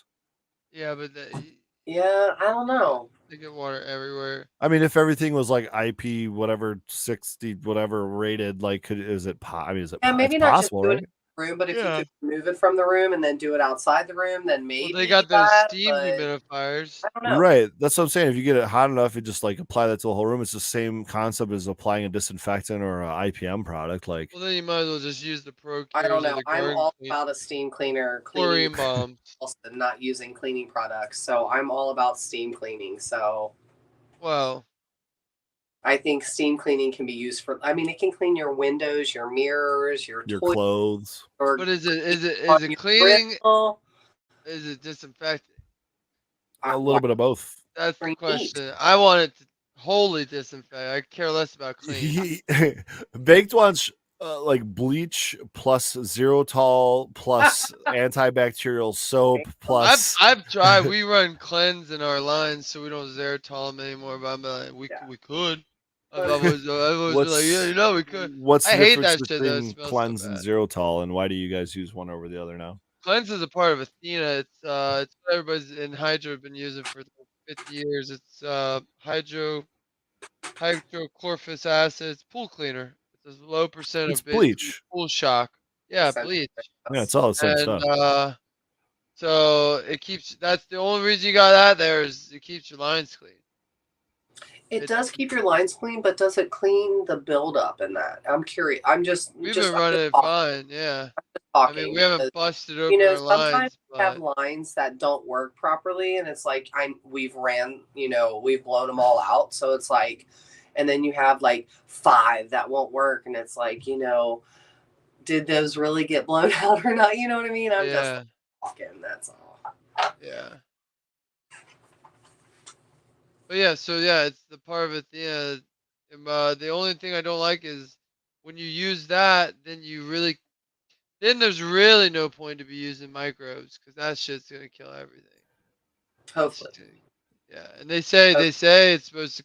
You look on their thing, it's supposed to kill gnats and stuff. From my experience, it doesn't kill gnats at all. So No. That's why I was saying it's supposed to. yeah. You know what does? Dry ice. I saw a gnat land on a chunk of dry ice today. I'm like, that was dumb. Jeez, could you imagine? Like, there used to be a video game where you could become a fly. You fly around, and like, could you imagine being that gnat? And like the moment you just land, there's the raw. There goes your legs. Well, dude, I was thinking Frozen. of just frozen Or you solid. get sucked into a fan that you see that. Yeah, Oh, that's where yeah. most of them get killed. I Slammed think. against the wall. Doink, splat. There goes bro. Jerry. He was. And a it's cool not guy. even the blade that gets you. It's just the force of the fan throwing you into the wall that smashes you and kills you. And that's the end of Jerry. Yep. It's like, how close can I get? It'd be like a waterfall. You know, how close can you get before you get sucked in? Yeah. Just a vortex. It'll get you eventually. Yeah. That's terrifying to think about. Don't overwater. Shout out to no Dankman Dan. gnats. He's got some sage advice. He says, "Don't overwater, and you get no gnats." That's easy as Right. this, guys. Yeah. Yeah. We Stop fucking tried up. the whole dry bag. Underwater. It helps. At least for I me, think it's been gnats helping, but find not. their It's, way. yeah. I have no not gnats at perfect. the house, knock on wood, but I guarantee I'll get them one day. I think it's all it takes is one little stupid larva, and They and multiply. I'm not quick. gonna. This is They gonna die quick, sound. though. It's not a cop out. It's gonna sound kind of like a cop out, but I'm not gonna lie. Since I don't change my soil very often, I believe buy- that in organics. I Yeah, believe like- in organics can be possible. You could develop Yeah. pests, Hell yeah. anti-pests, like anti-gnat shit in your A in natural shit, IPM. if you inoculate your organic soil with hypoasis, they should stay there. I think it could be So- something as simple as gnats hang around bag soil that's stored all over the damn place until it gets to That you. too. I think that's what I'm saying. It's either that or the cubes or whatever brand. Doesn't fucking matter. They love those things. So like, all I it also takes think the is second one. you use like a molasses or carbohydrate product that's really like a sweetener or anything like that, dude, that's when I see them. It doesn't matter if you're cocoa soil or what. If you're throw a tablespoon of molasses on top of a pot, you'll probably have some gnats within a week. I don't know where they come from, but they're gonna find their way.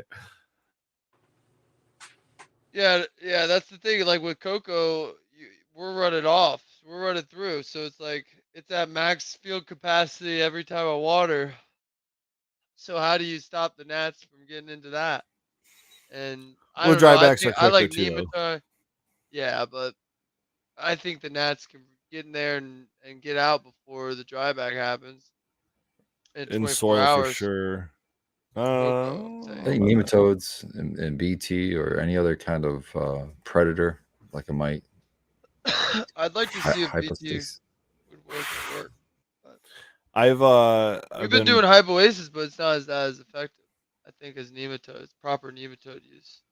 Yes, proper nematode use, in my opinion, I see within 48 hours a massive reduction in gnats after dropping nematodes. And the reason being is they are going after the eggs, they're not going after the adults. The adult cycle is what you're seeing.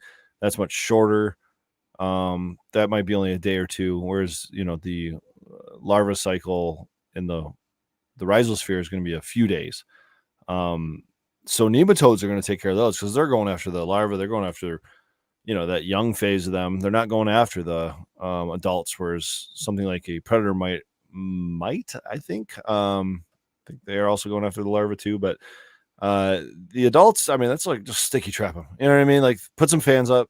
The adult, if you see adults, that's how you just know there's a problem, quote unquote problem.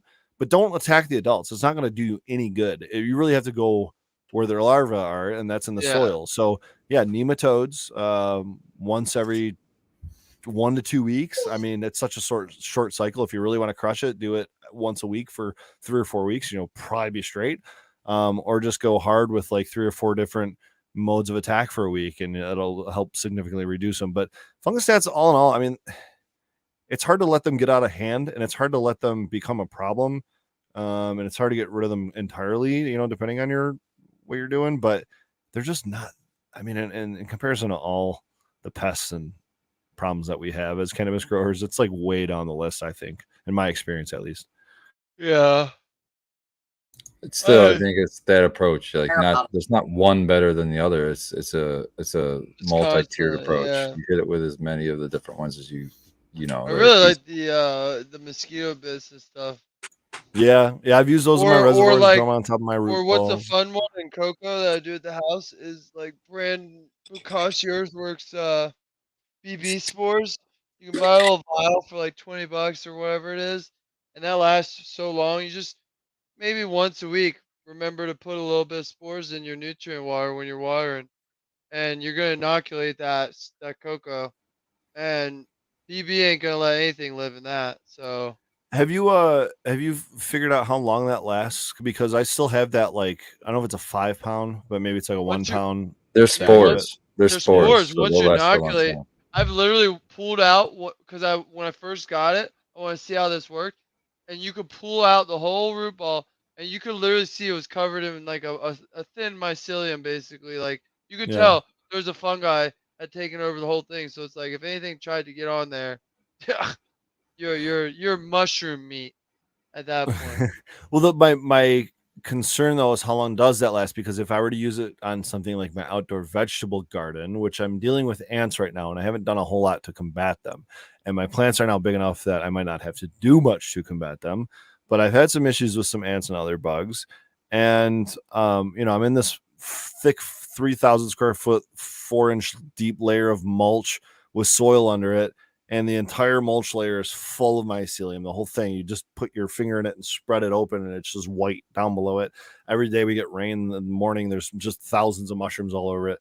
What I don't want to do is cover this whole area in Bavaria bassiana just to take care of any pests that I might be dealing with, and then have it go for so long that now I can no longer have pollinators in my vegetable garden. You know what I Yeah, mean, or something like that.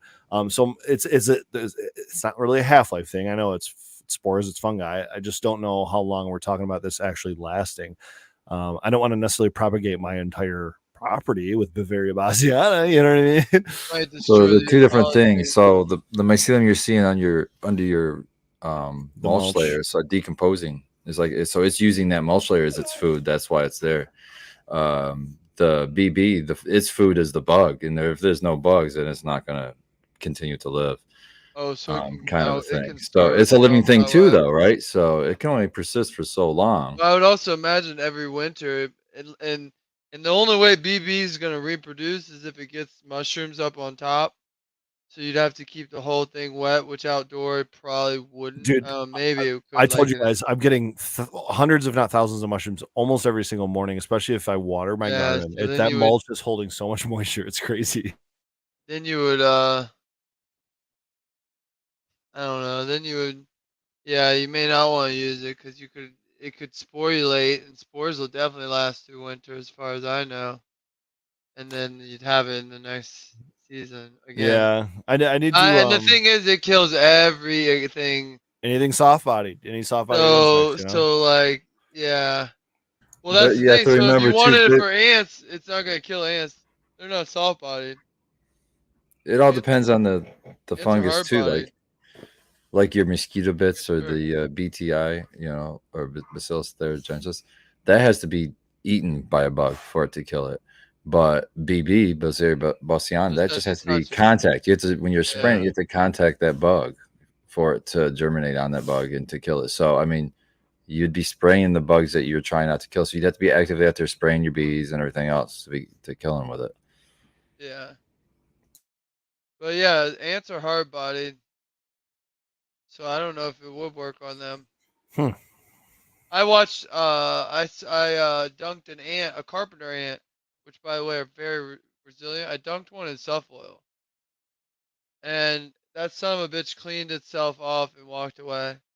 I watched it do this to its antenna, and it walked away.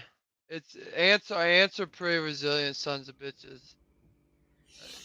Like, uh, I worry more about, like, I use ants like they're showing me something, it's usually I have to look for aphids because ants will farm aphids and they'll put them up on the plants and they'll farm them for their honeydew. So I haven't really seen ants attack plants too much. So I generally don't worry a great deal about them. But when I see ants, I start looking for aphids. So I'm currently going through National Library of Medicine publications, comparison of 12 ant species and their susceptibility to fungal infection, including Bavaria bassiana and Metarhizium bruneum. It's not giving me a quick enough answer, so I'm going to keep going. But yeah, they're testing on a lot of different ant species, like leafcutter ants, red import fire ants, like these 12 different ants they tested on. So I'm wondering if maybe it only works on some, you know. And hey, speaking of Dankman Dan, you guys shout him out earlier. I got to double down on that. Shout out to Dankman Dan. He left me some really nice words on my Instagram page today, and just, you know, a feel good comment, man. I appreciate that, and I just want to shout you out and thank you, man. Oh yeah. Cheers, Dan. He's a great guy. I love him. Miss him.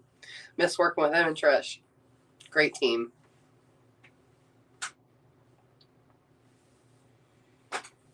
Borax is another solution for ants. Borax. Yep. You gotta mix it with sugar wire.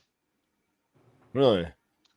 Yeah, because then it tricks them into taking it back to their home, and then everything else eats it, and it kills everything in the hive. Yep. You gotta do sneaky shit with ants because they're not your regular bug. They're pretty That's smart. how I just got onto this. They're evolved and they're smart. And yeah, one day I'm gonna have a sick ant farm. I really still want one. I want a sick ant farm. I can see that. I had one when I was a In kid. Florida, fun fact, in Florida, there's a lot of illegal ants. You can't there's we're in Michigan. You could probably order any ant you want, any fucking crazy ant, any. But in Florida, illegal as hell because they might invade. They might become invasive. Like pythons or Exactly. alligators or whatever. So yeah, iguanas. Yeah, so many different things out of Florida that aren't native and they're just taking over. So I want to get some weird. cool ones up here and get a big ant farm thing. That'd be cool. Sorry, I'm still reading about Bavaria bassiana. it's I'm actually on Arbico Organics website right now about it. They're mentioning kind of similar things that Spartan did about, I think it was Spartan that said it doesn't need to ingest it. Those spores simply need to come in contact with the host. Once the host is infected, the fungus rapidly grows inside the insect, feeding on the nutrients present in the host's body and producing toxins in the process. When the host dies, the Bavaria bassiana covers the carcass in a layer of white mold that produces more infective spores. So naturally occurring in the soils of numerous regions globally, BB is mainly used for target foliar pests, as many soil-dwelling pests have developed a natural resistance to BB since it is native to such range of regions. Huh. So close examination of the pest insects for correct identification should be done before applications to soil are made for that reason. The major advantage is it can be used up until the day of harvest. I don't know if this is talking about cannabis in particular, but as the residue is not harmful to consumers, although it says it is always good to practice washing harvested material before consumption. So no, probably not good for cannabis up until the day of consumption because we're smoking it. That's the thing we got to consider. We're not eating it. It's a lot different. As with any insecticide, follow PPE guidelines, blah, blah, blah, blah.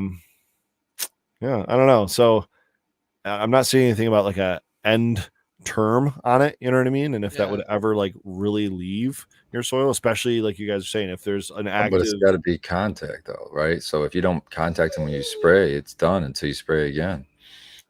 How long would those spores don't last at all? Well, I mean, I don't think they would have to like walk through them. Maybe they'd have to maybe walk through them or something for the spores to still. I mean, how long would but how long would those spores be active? I guess until they were technically dead. Well, here's the thing. Well, out in nature, like on the leaf of the plant or out in foliage, or even on the very surface of the soil, if it's exposed to sunlight, the Let's UV say is it's going to in destroy mulch. it. Yeah, the UV is going to destroy it quick. Okay. But if it was fell down in the mulch underneath, maybe away from light, it might be Where have you a lot longer time. mean Spartan, like where his other mushrooms are already growing in Mhm. perfect mushroom conditions? Yeah, Possibly. So exactly. so that's what I'm thinking. If you can get the BB to take over, then The BB anything can't eat walking over it the is mushrooms that are growing on their food, right? So the yeah. mushrooms that you're seeing in perfect mushroom conditions are perfect mushroom conditions for those mushrooms. This is a different mushroom. Right. Okay, here we go. Phototoxicity. This is from University of Connecticut using Bavaria bassiana for insect management. Under use, second paragraph, toxicity has been minimal, but a small sample of targeted plants should be checked after mixing with water. Bavaria products should be sprayed as soon as possible as fungal spores die and material loses its viability overnight. There we go. So the Like 12 foliage should be hours. sprayed until the plants are wet thoroughly, but not too runoff. Equipment that gets the material on the undersides of leaves will result in prolonged activity as spores are inactivated by sunlight. Evening applications may be desirable. So yeah, UV is no go. And sounds like you spray it at night, and that night is doing what it's doing. The rate at which Bavaria spores kill their host is dependent on temperature at a constant of 72 degrees Fahrenheit. No, 72 degrees Fahrenheit. There's just a typo. Small potato beetle larvae are killed in 3 to 5 days under field conditions in Maine. It may take 7 to 10 days to kill larvae. So for greenhouse pest problems applications, every 5 to 7 days are recommended. I was going to say a week. Yeah, frequency applications also depends on the pest and crop. Again, all applications should be based on monitoring of pest populations. So yeah, just spray as needed, basically. All right, so it seems like it's a generally safe product to use outside as long as you're not like spraying it on like a hive of honeybees or like beneficial bugs, I guess. Yeah, they're saying in chat, Rusty Nails said, well, that's about foliar, what you're talking about. What about it living in the soil? And it's the same thing in the soil. I mean, if it doesn't have bugs around, it's not going to live very long. And What if it soil germinates, outside doesn't have bugs though? huh? The soil that you sprayed with Bavaria. You're in the ground. You're in the ground, right, for growing? Yes. Yeah, so Yeah, but there's bugs. yeah, I there's feel some like bugs in there's it, but they bugs don't hit everywhere. every single. They don't brush past every single minute microscopic spore. That's true. But I think if it's wet, like I said, it'll take over. But I mean, maybe when it took over my pot, it initially a spore hit a bug to get I'm just started. saying the idea of it living in the living soil would be a composting fungi, something that is living in the soil, breaking down. It's getting its food from the soil. That's something that can Yeah. persist in the soil. I think it would hit a bug in this scenario. It'd be able to maybe even just a mite. But If even you if it have that many reproduces those, persistent pest pressure, if you have that persistent pest pressure all the time to Not feed just pests, not just to pests. feed a whole colony of BB and keep it persistent, that's another issue you have to solve, I think. I get what you're saying, Baked, and I think it is somewhere in between because I think that yes, if you got a bunch of bugs that can carry that around in your garden, and they're going to continue to essentially propagate as a host this fungi, you would need a continuous amount of bugs coming through there to continue to propagate that fungi. Otherwise, once that the hosts die out, so does the fungi. And I think, and it could be as quickly as overnight. So that's why it sounds like, I mean, even if you apply a ton of it to a small area and You're it's talking about the wet, surface of the soil. All it needs to do is spoilate and get under. It's gonna live under.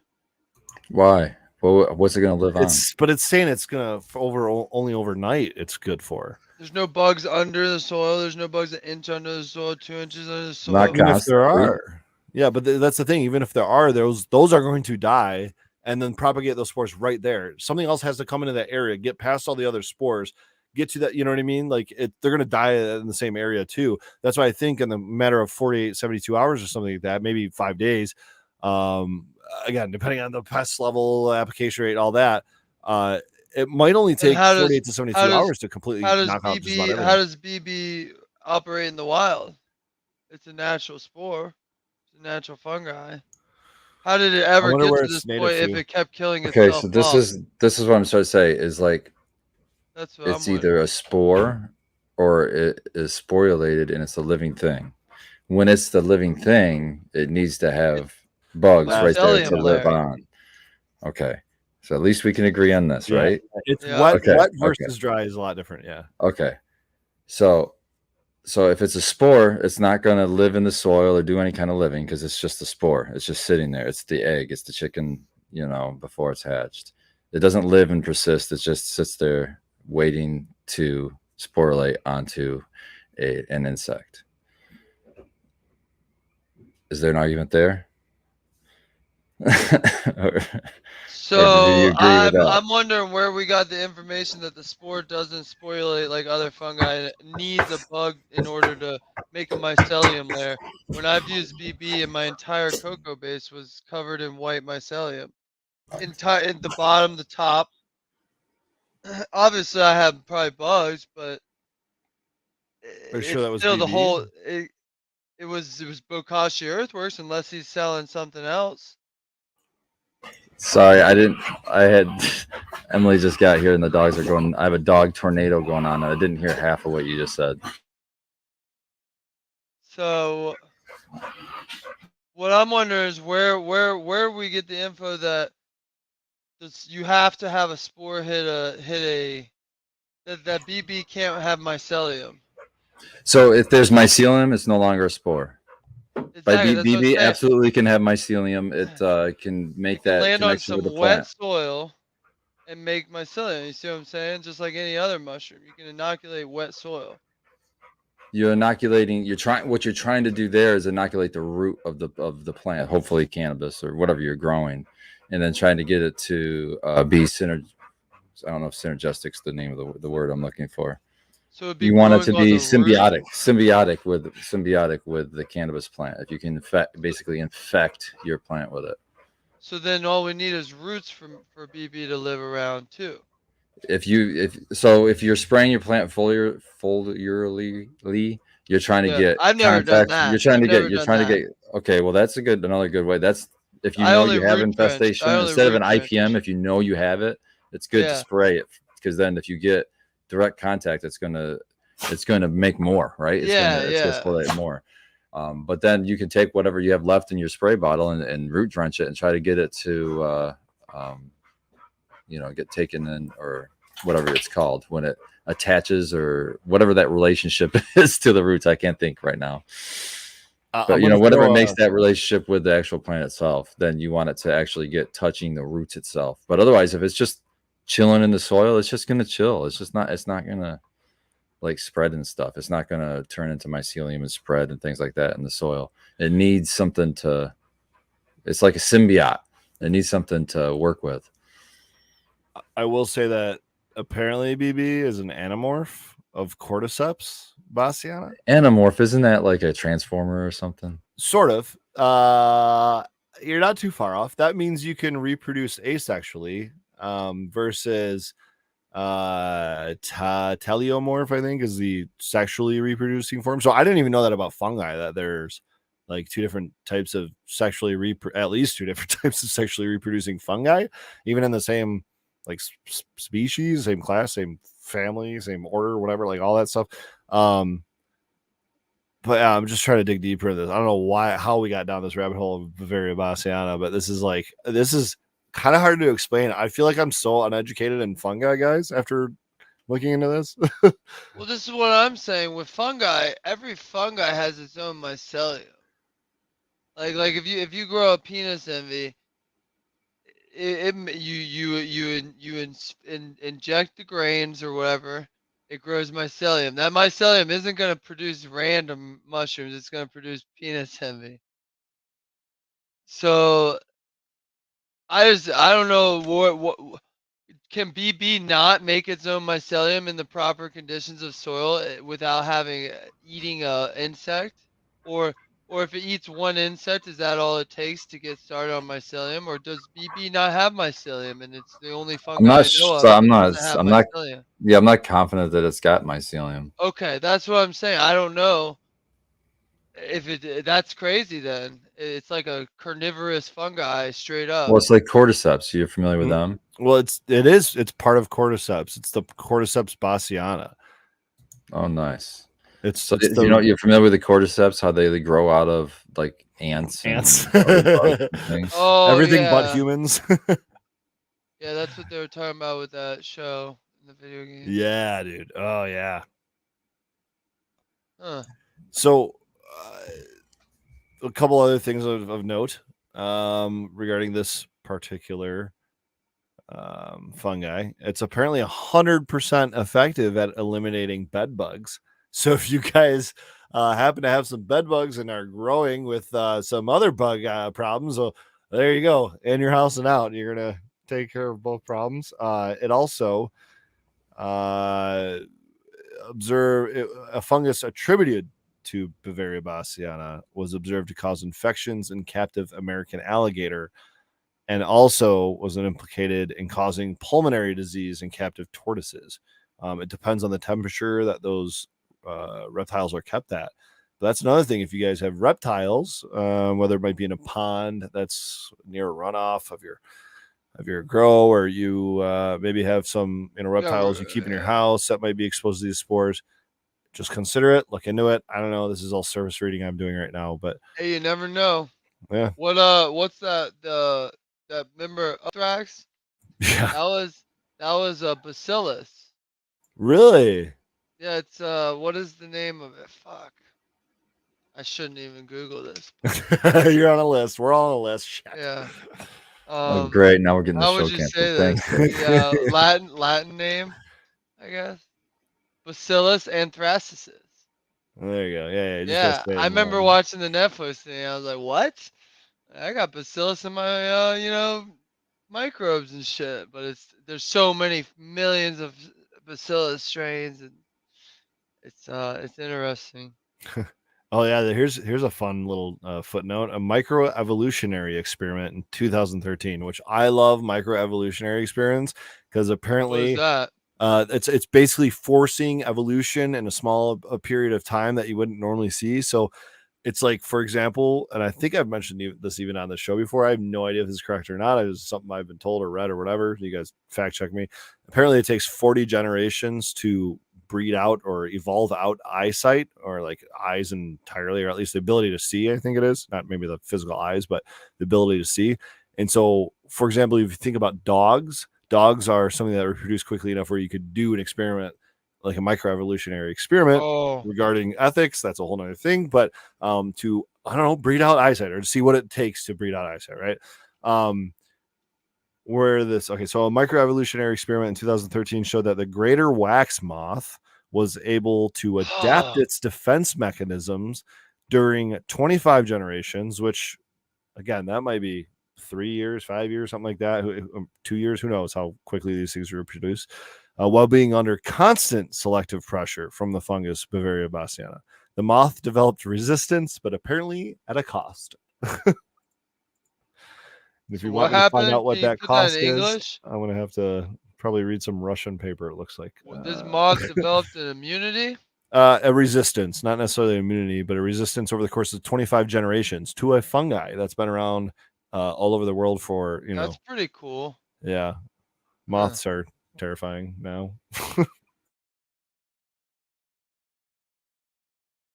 Yeah, I found a moth outside the gym today that was like probably 4 inches. It was dead. It was flat on the sidewalk, but Was it it was dry or just dead? it was wet because it was raining. Oh, But like look at this. I'll zoom in. This thing was huge. oh yeah.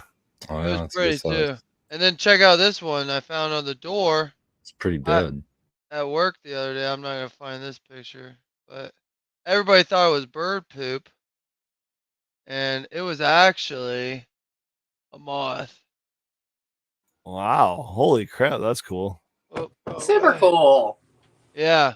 I was like, that's not a bird poop. That's a moth. No, that's cool. But, Kinda, yep. I can see it. You would go over and sniff it to make sure. How'd you check with the No, smell? I went Touch it first, inside probably. and I looked through the glass, and it wasn't like, like a, you could tell it was a teepee of wings over this little leg body thing. Oh my gosh, do you Yeah, guys hold remember on. last year when I had that bird that spat that embryo out on my windshield? No. It was like a bird What? that it is, What the oh my God, fuck? I gotta find the pictures. Birds don't even Yes. have embryos. They have I'm eggs. seriously, it was something that got splatted on my windshield, and I got this like embryo of a bird that's like all like Dude, this. that might have been a giant bug. You might have laid an egg in the Like air. a cicada, a big old cicada. There was no egg, there was no shell, no nothing. It was like right on my windshield. It's I a got fucking UFO, man. I'm gonna Yeah. show Got y'all. a baby.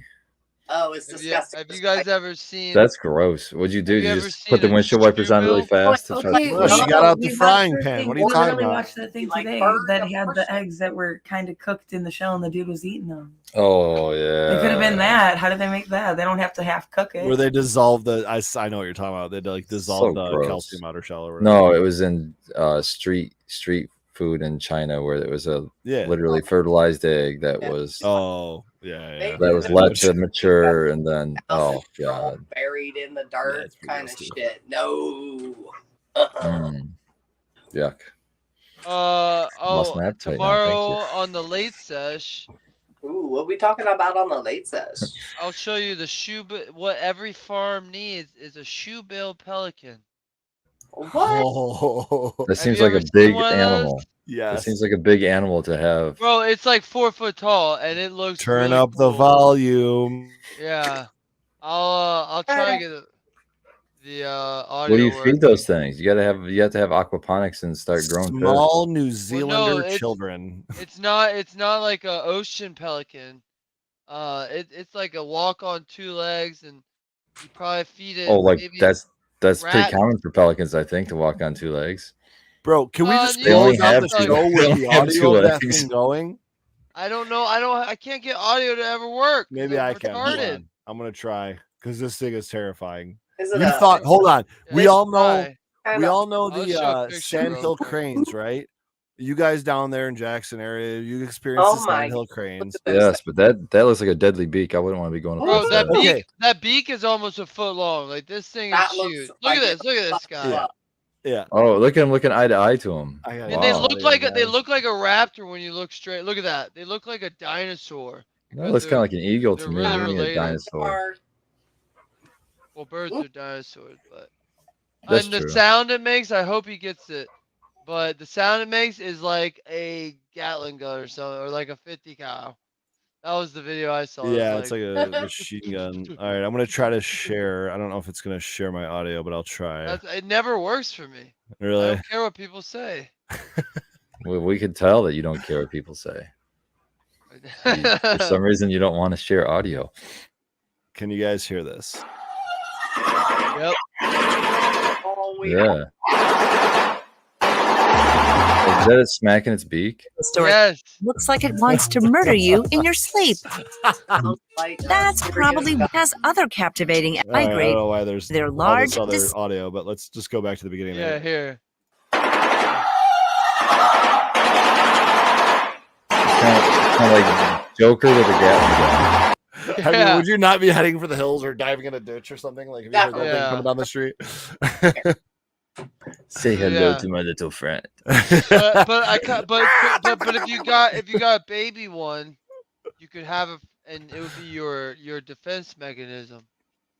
Like, nothing's messing with your farm at that point. I'll A stick with my baby dog. one? Why? I don't. Because I'll get talk bigger, about this dude. tomorrow.